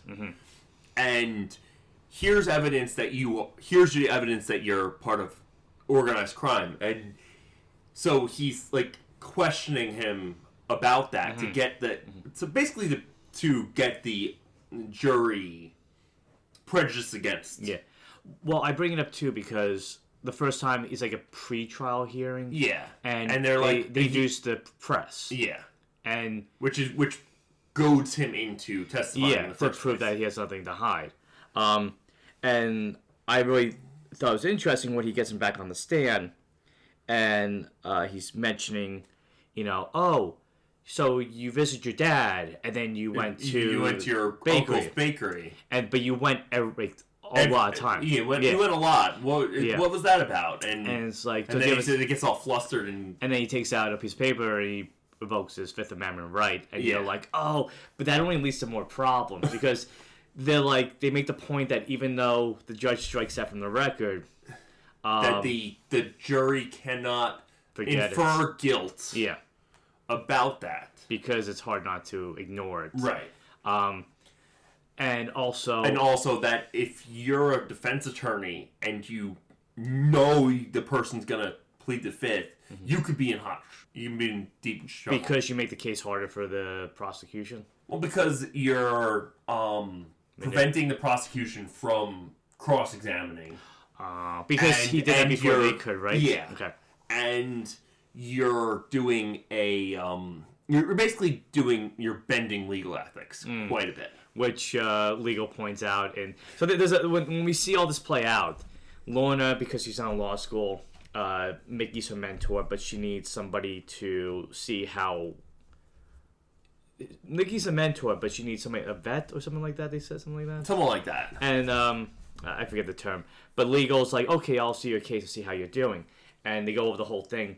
And so when I was hearing this, I liked it. Also, every time Elliot Gould shows up, it's almost always a heist. It's like a heist thing. It's like, I think it's a callback to him on Ocean's 11, but I'm like, they did that in season 1, and they did again in season 2. Oh, they did twice in season 2. What was the second one? They did it with the Jesus Menendez thing at the end of season 2. Right. At the beginning of season 1. At the beginning of season 2. Yeah. And they did it at the end of season 2 with the coffee scene. Yeah. But I like how legal. He says, he jokes with Lorna. He goes, an A+ for you, and he says to Mickey, a D+ for your ethics, but an A+ for strategy. But you know, sometimes they mention how like some of these shows, like you can, the plot or the big beats are repeated for audiences. Yeah. I noticed it more this time with those scenes. Yeah. Than I did with any other show I've watched recently. Just because it's like everything they're talking about, I'm seeing already. Yeah. And it's kind of like, it felt very like repetitive in that way. It was fun. I like the way they filmed it, but it seemed the way like you're just giving me information in case I miss it the first time I get on a second. But Elliot Gould's talking about it. I think he just recap everything. When Netflix has to recap a plot point, he just shows up. He goes, well, you're telling me that you went here and then you went there and then that happened? Okay, I'll see you later. With that Ocean's 11 type music. But he's a great character. Yeah, that stuff like that was like really interesting. Oh, and also Mickey, it's a forensics doctor, I think, that shows up with the one with Manny the doll. Yes. And that was really interesting too. I think she was the same forensics person from season 1, who said that the gunpowder residue could only come from the car. Oh, interesting. You might be right. I'm like 90% sure that's the same person. So I like that. So when she showed up, they're trying to make the point that Lisa was too short to kill Bondurant. And they prove it because they have Lorna wearing the same like shoes that make her the same height, that she wouldn't be able to. Yeah, and then hit him. And then Andy goes and like grabs the head back and boom. And that's interesting. That does come back later on because you find out that spoiler was Walter King lied about who he was, and that he was actually was he a health inspector or was he a building inspector? He worked for Alex Grant. Oh, okay. He was taking bribes from Alex Grant, and the reason he killed Bondurant was killed. But was he a building inspector or a health inspector? I think he was a building inspector. But he posed as a health inspector. Yeah. Okay. And he took bribes from Alex Grant, which is why he's disappeared. So that kind of answers the question of like maybe he had to say took the photo of Lisa, and that the other ones got deleted. I wonder what the other photos that he deleted were. Maybe because we find out that Walter Kim potentially, because it's not confirmed, but potentially killed Bondurant because I think there's enough evidence to say he did. Yeah, because his mirror was there. That matches the mirror from his car. Yeah. No, it wasn't the car. No, it was the mirror. Yeah. Which it bothered Winston. Because Cisco's using it to prove the point that like that's what it was, and like there's a reflection in the sky, which is why Bondurant would have looked up. And then Winston's like, bark, and it's like, I know Winston. Maybe he was just being his intern doggy job, saying, yes, that's the clue. We got it. He was also getting ready for the wedding where he wears a tie. That's right. His little doggy tie. Yeah. So it was interesting how you find out like who really did it. Yeah. And the way the pieces fit together, like the shard of glass or the mirror, was really some solid mystery writing. I also thought it was interesting how it didn't kind of go back and forth on the case. Like with Trevor, like I always had a sense that maybe he did do it. But with Lisa, there was times that you didn't want to believe. But then things were introduced, like her host, her worker, the guys who are the hosts for her restaurant, was on stand talking about how grave a boss she is. But then there's evidence in his social media that she had a temper. Yeah, and it does come across because remember Mickey's talking to her and she gets really annoyed. She's like, "I'm sorry," and he's trying to make the point that well, sometimes you have a bad day, you post it, but like all these people are agreeing with him, and it does make you see her character a little differently. Yeah. And by the end of the season, you kind of get like, oh, maybe that's who she really is in a way, unless if you push her enough. But Yeah, and something interesting too was that we get introduced with the FBI agent Vasquez. Yeah. Who we find out gave Mickey what's called a target letter against Alex Grant, and basically he was using Mickey to get Grant to reveal information. Right. And I thought it was interesting that Mickey kind of had an inkling of that, but also he had to really jump through hoops to verify this was a real thing. Yeah. And I like that we get to see Cisco's source in the LAPD. Oh, yeah. Yeah, who he bribes with backstage tickets to, was it Guns N' Roses or something like that? No, it was Def Leppard. Yeah. Because he makes a pour some sugar on me joke. Right.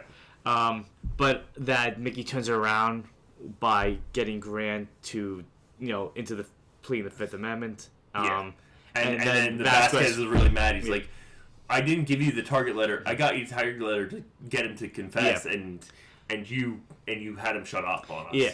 We're gonna remember this. Does that come back?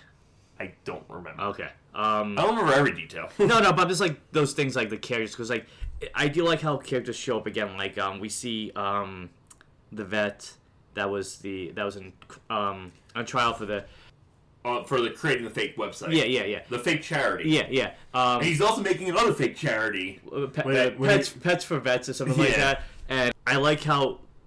So I bring him up because I like how characters come back and the way they come back, and he comes back by them like, we need Grant, we need to give him a subpoena, right? And so the way they do it in a very interesting way is like, hey, we'll clear your bill with Mickey, but we need you to make a fake website for a art dealership, for an art dealer or gallery that is having a one night only showing of this painting that Alex Grant really wants. So basically, there's like this artist and there's like one painting nobody's ever seen before. It's very mysterious. Called Acceptance. Yeah, and made by a guy named Tonto. Yeah, and I like how I forget his name, but I when he shows up, it's pretty funny. And he's just like, "Oh, welcome, blah blah blah." Lorna's there with Izzy, and they get ready to show the painting, and they rip it off, and it's a letter. It's a subpoena. And they have him on camera. And you got served. Yeah, and then they tell him you have to take down the website. And he's like, "What do you mean? This is a great lucrative opportunity." And it's like, "Do you want your bill clean?" He's like, "Fine." So he's a fun character. Yeah, and jumping from that, I also like how Terrell comes back too, because Mickey has to defend his daughter, who's on trial for vandalizing for quote unquote vandalizing graffitiing a side of a business. Yeah, and by painting the wall black. And it makes me laugh because when he goes to the courtroom, he sees the juvenile court judge, and she goes, "Oh, Mr. Haller, I remember with you were a juvenile defense lawyer, and welcome to my courtroom." It's like, it seems nice. Yeah. She's like, "We don't tolerate tardiness in here, and you don't get a lollipop." Oh no, she just does up. No, she just says, if you're tardy again, I'm gonna hold you in contempt. Yeah, and he's like, "I'm sorry," and then meanwhile she has lollipops. When I was younger, if I was on trial for that, I wouldn't be thinking about lollipops unless the case was cleared. But it's funny the way she talks to him, because it's kind of like you're in school and your teacher's kind of scolding you, like, "Don't be late again." Yep. Yeah. No, go ahead. Yeah. What I was gonna say was with that case, the way he gets out of that, or the way he solves that one for his client is like great. He's was really creative. We're going to copyright this piece of art, and we're gonna make it a thing that the person whose business it is we're gonna make it a draw for people so that she doesn't want to get rid of it. Basically, he also copyrights the art.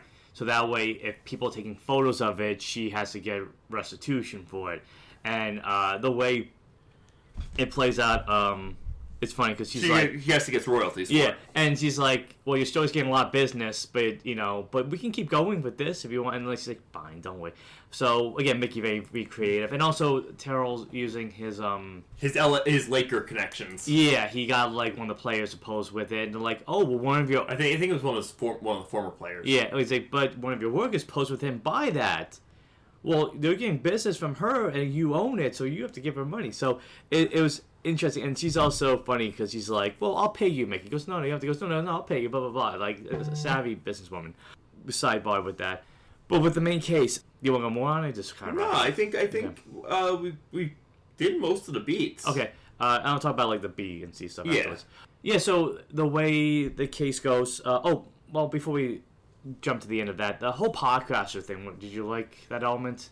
Like, did you always feel like... It definitely threw a wrench into plans for the defense, and multiple times, but especially towards the end. Well, it's also like, oh, we have her on tape saying this, and then Lisa's like, oh, well, that was like the 6 or 7 takes. So it was like, oh, they wanted drama out of it. Yeah. We only do 1 take with this podcast, FYI. Maybe 2. Yes. That character, Dahl was his name, right? Yeah, Henry Dahl. He really threw a wrench for Mickey, and especially and Mickey kept telling him, don't do this. And it is going to be bad for her defense. Yeah. And then finding out that he was also kind of, sort of... working with Grant. Well, not working with him, but works for a guy who works for Grant. Which is how he got the money in the first place. That kind of answered a really good question. Because I'm like, how big is his podcast that he can get? Like, I know some podcasts are like really big, but like $200,000 is a lot of money to put down.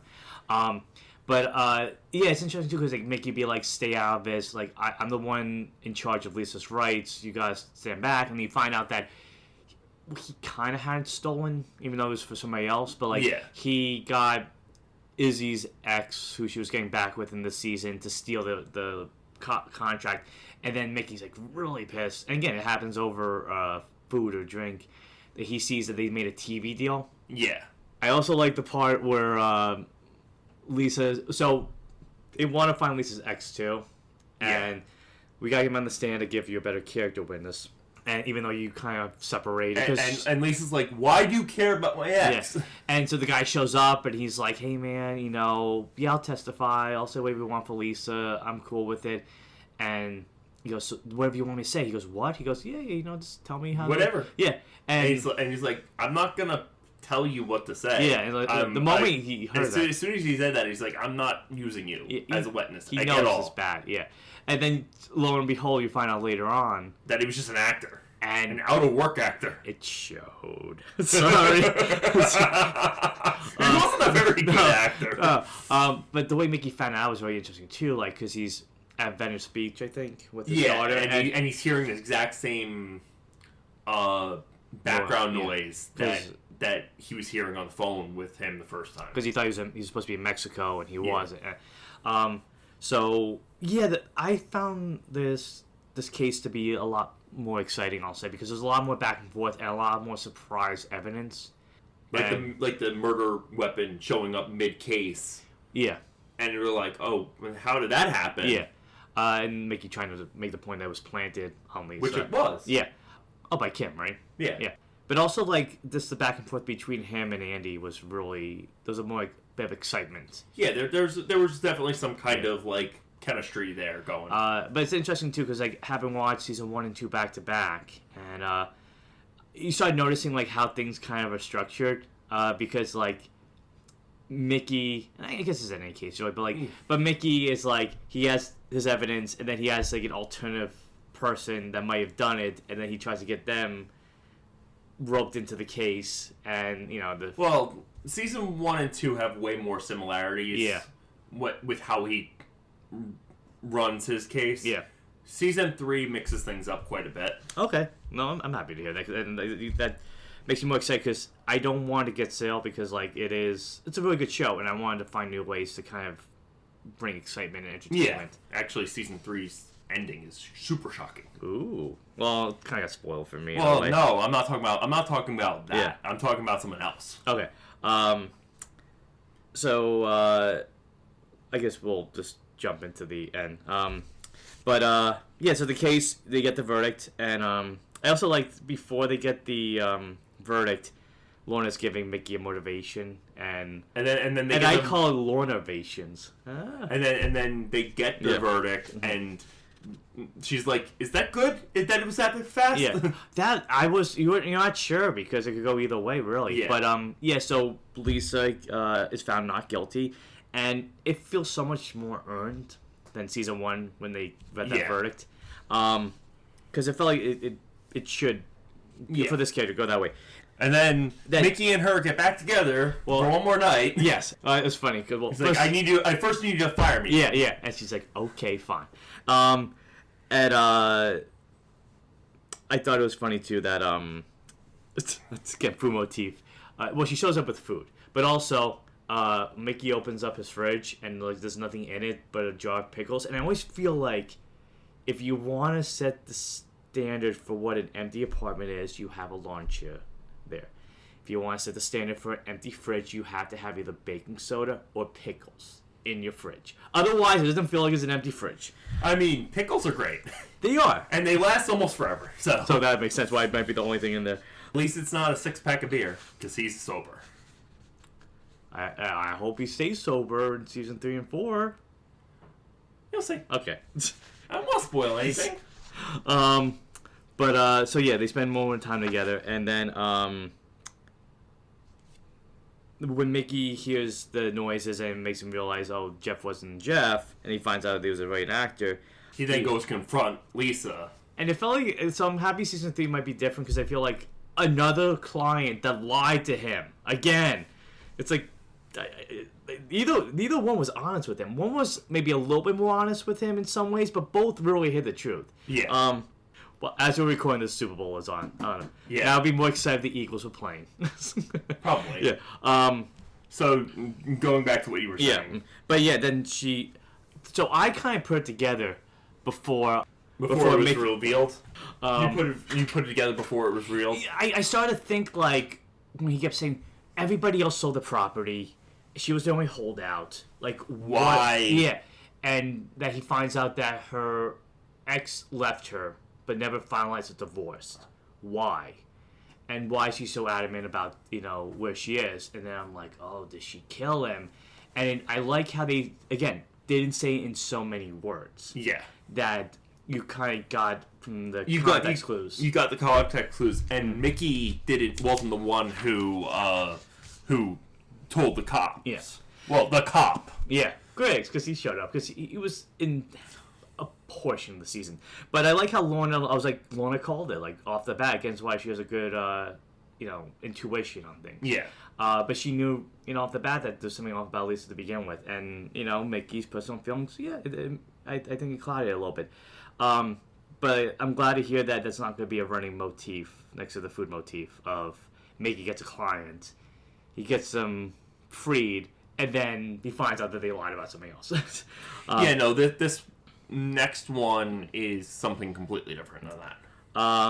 So it kind of validated my thoughts that Lisa wasn't being completely honest with Mickey, that she was kind of toying him and pulling him along where he needed to be to help her out. Or to at least stop looking into what the real crime was. Right. But yeah, a very exciting case. Anything else you want to add to that, or? No, okay. I mean, I think we covered everything. Well, I wanted to start with some of the B and C plots. I mean, we already did the side cases. Yes, but also we didn't talk about Lorna and Cisco. We didn't talk about Lorna and Cisco, and that's about that and the whole Maggie subplot. and Jesus and yeah. Well, you think we talk about enough about Jesus? Well, so here's my thing. If I had to compare this, I like both seasons a lot. Yeah. My only thing was, you think the Jesus thing should have been some season? Absolutely. I think it got wrapped up a little too quickly and too conveniently. So something I thought was interesting was you pointed out then in the movie, the guy's name was Russell Lawson. And that's what the name was for this. Yeah. And I mean, I don't know. I could have used a little more, but I don't know if they could have used a whole season's worth. It didn't have to be a whole Jesus case. They could have wrapped that up.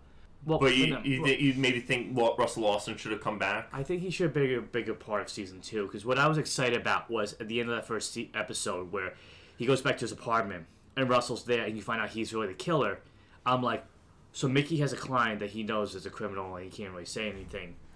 And I thought the whole season would be him trying to find a way to get out of it. And I'm like, oh, that's going to make it a good season. Like, he has this big other case, but at the same time, he's trying to get away from this and figure a way out of it. I would have liked to have seen that be more... Expanded on? Yeah, because I think it would have made a more interesting subplot. Okay. Or an overarching story for this season. And the way though they finished it up was well done. Yeah. It kind of led into the end of season 3. Yeah. But I just felt like it was a little too conveniently wrapped up the way it ended. Because the guy, well, we don't really know his name. He just calls himself Russell, right? We don't know his real name, the killer. I think that is his real name. He gave him the real name. Okay, but I liked how he did a very evil Clark Kent thing. Like, he put on glasses and he'd be very kind of like... And he'd be bumbling and unassuming. And the way he took it off, he was deadly and, crazy. So, I felt this season was really good, but the first 2 episodes felt like an interlude. It felt like it could have been a movie, like an hour and a half movie. They wanted to bridge the seasons. Yeah. But maybe they didn't have enough with the Lisa storyline. I don't know. You've read some of the books. I don't think you read this book. I've only read the first book. I've not read... The Fifth Witness? I've not read The Fifth Witness, nor have I read The Brass Verdict. I've only read the book titled The Lincoln Lawyer. Yeah, okay. Which is what the movie is based on and what that section of the season is based on. The 2 good seasons to wrap it up, I felt like it could have been something separate or a whole thing. Okay. Because I like the idea of Mickey having a client this time around who he needs to get rid of instead of help. Yeah. I think it would have made it an interesting season. The other thing was, I like that we got some... Well, one thing, jumping around my head. I like how they started pairing Izzy and Lorna together. Yeah. I really like the 2 of them working together. They've got a really good dynamic. Yeah, and I think Lorna was a little skeptical of Izzy at first. But they had so many moments this time around where they confided in each other. Yeah, they helped each other out. And I mean, Lorna helps get Izzy her dance studio at the end of the day. That was so good. Because Izzy's you don't want our high-powered attorney boss to look at this contract and be and file a discrimination case. So I like seeing them because Izzy went to Lisa's place, but she got denied, but Lorna got it. It wasn't that she was denied. They raised the rent. Raised the rent. Yeah. Just because of who she was. And so I liked seeing that friendship blossom between the 2 of them. And I also and I can tell I'm asking a little tired, so I'll keep my point short. Like I said, I like seeing Lorna grow as a character and go from just a office worker to going back to law school and helping Mickey. Seeing her in court and kind of learning from Mickey but helping him, it really kind of pushed her character in a really bright direction. Yeah. And then Cisco's subplot was him doing his getting out from under the Road Saints.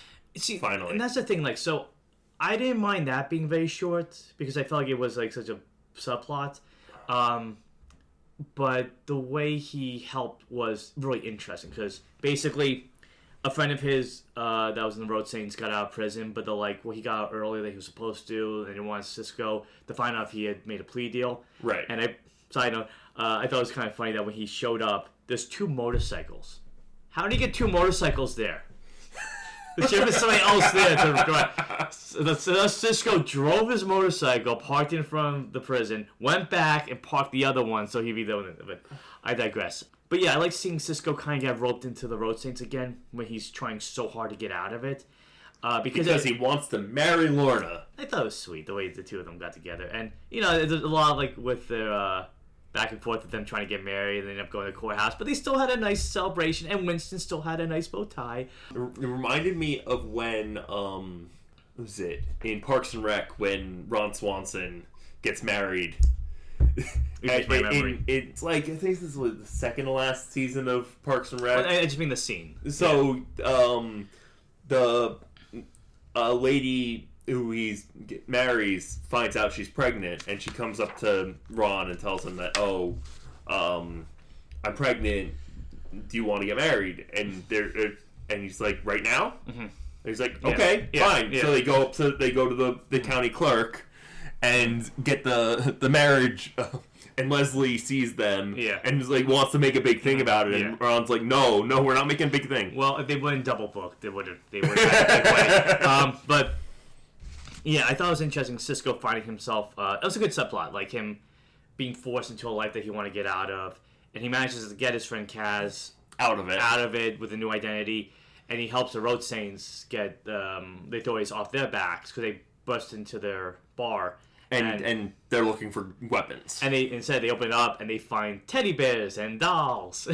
And they're like, where are the weapons? It's a toy drive. Yeah, they gave the side characters a lot, I think, even more to do in season 2. Yeah, that's probably why I like season 2 slightly more. Yeah, there's a lot more going on, and it does kind of all fit in well enough. Yeah. I guess the last point I'll make is Maggie. We see her this season.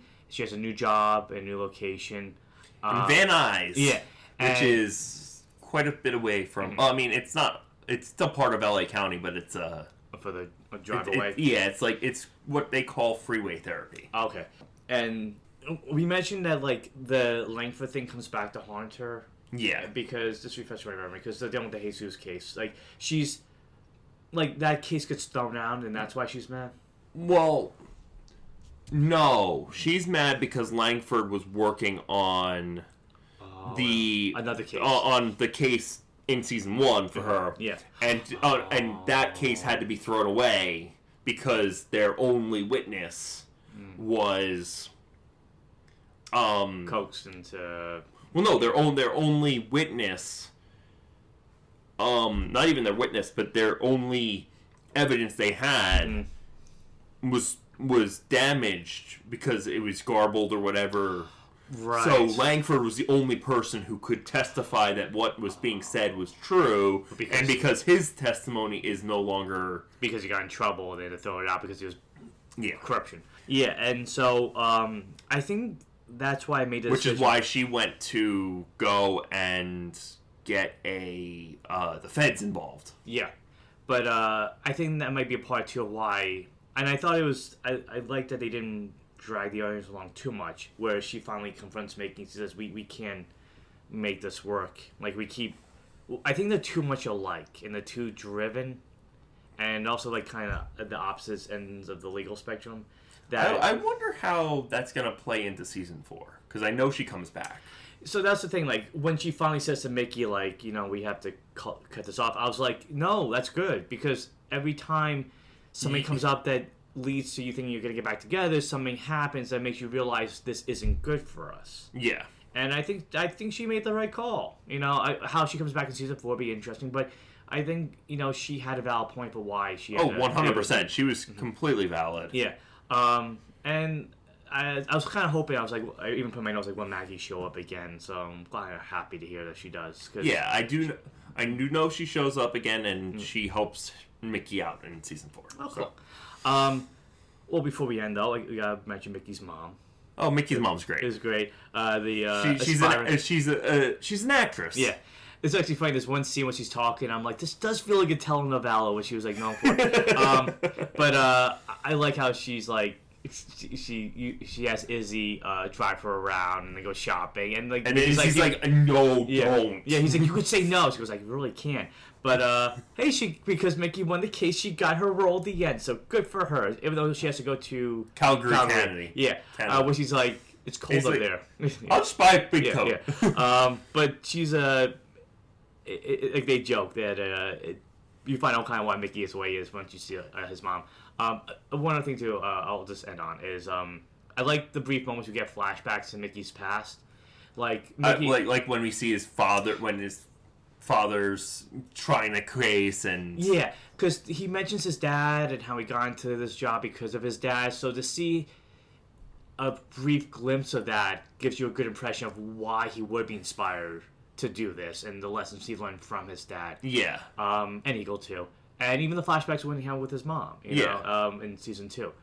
I hope we get a few more of that. Yeah. Scenes like that.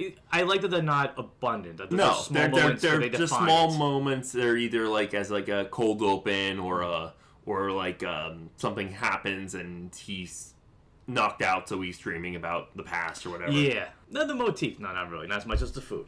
No, not nearly as much as the food. I think they eat at least once an episode, if not more. Yeah. Well, speaking of food, I think it's about time we go get something to eat ourselves. Yeah.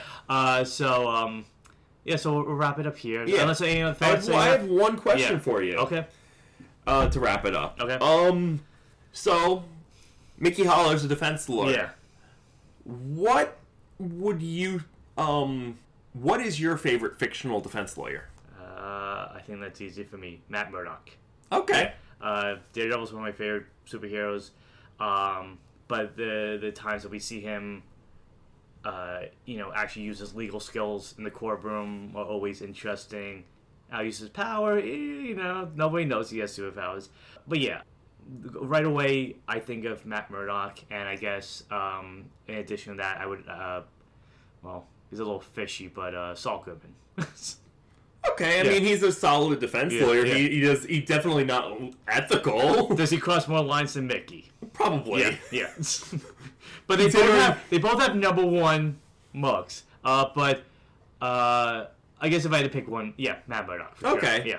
For me, it's tough. I mean, I really like Jen Walters. Okay. Yeah. She-Hulk. Mm-hmm. But I definitely see a case for Matt Murdock, or even Mickey Holler, for that matter. I would definitely want to be defended by Mickey. Well, you said outside of Mickey. I didn't say outside. I just said... I could have picked him? You could have picked him. But, yeah. But, yeah, I would definitely... I said, since he's a defense attorney, what's your favorite? Okay. But, no. No, I would definitely want to be defended by Mickey Holler. If I had to be. Yeah, he seems like somebody that really... would go to the ends of the earth to make sure you got what... Whether or not he thought one way or another, he's just trying to... do his job. Yeah. Would you add Lionel Hutz to that list? I mean, he's not awful. He's definitely way more legally shiesty than even Saul Goodman, for that matter. Oh my goodness! Imagine the two of them working together. They'd be just thinking of every loophole they could. One would be out of his car, and one would be out of his office in the mall. I just think of just think about the one time when Lionel Hutz was representing Homer, and he goes to Mr. Burns, and he storms out the room because he sees Mr. Burns' team of lawyers, and they go, "There's something in this briefcase except shredded newspaper."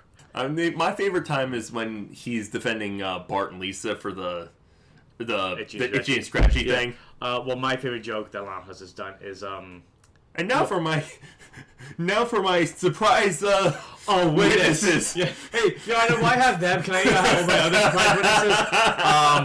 But actually, one of my favorite scenes of Lionel Hutz is Homer's trying to sue because there's an all-you-can-eat restaurant with the captain, captain, and they didn't let him have that. He goes, "Oh, Mr. Simpson, this is like the most blatant disregard of false advertisement since the Never-Ending Story." So I guess we'll find out when we watch the movie if he's justified in that case. All right. I think that pretty much wraps it up. So when we come back, you'll get to hear us talk about seasons 3 and 4 of The Lincoln Lawyer. Anything I should look forward to in season 3?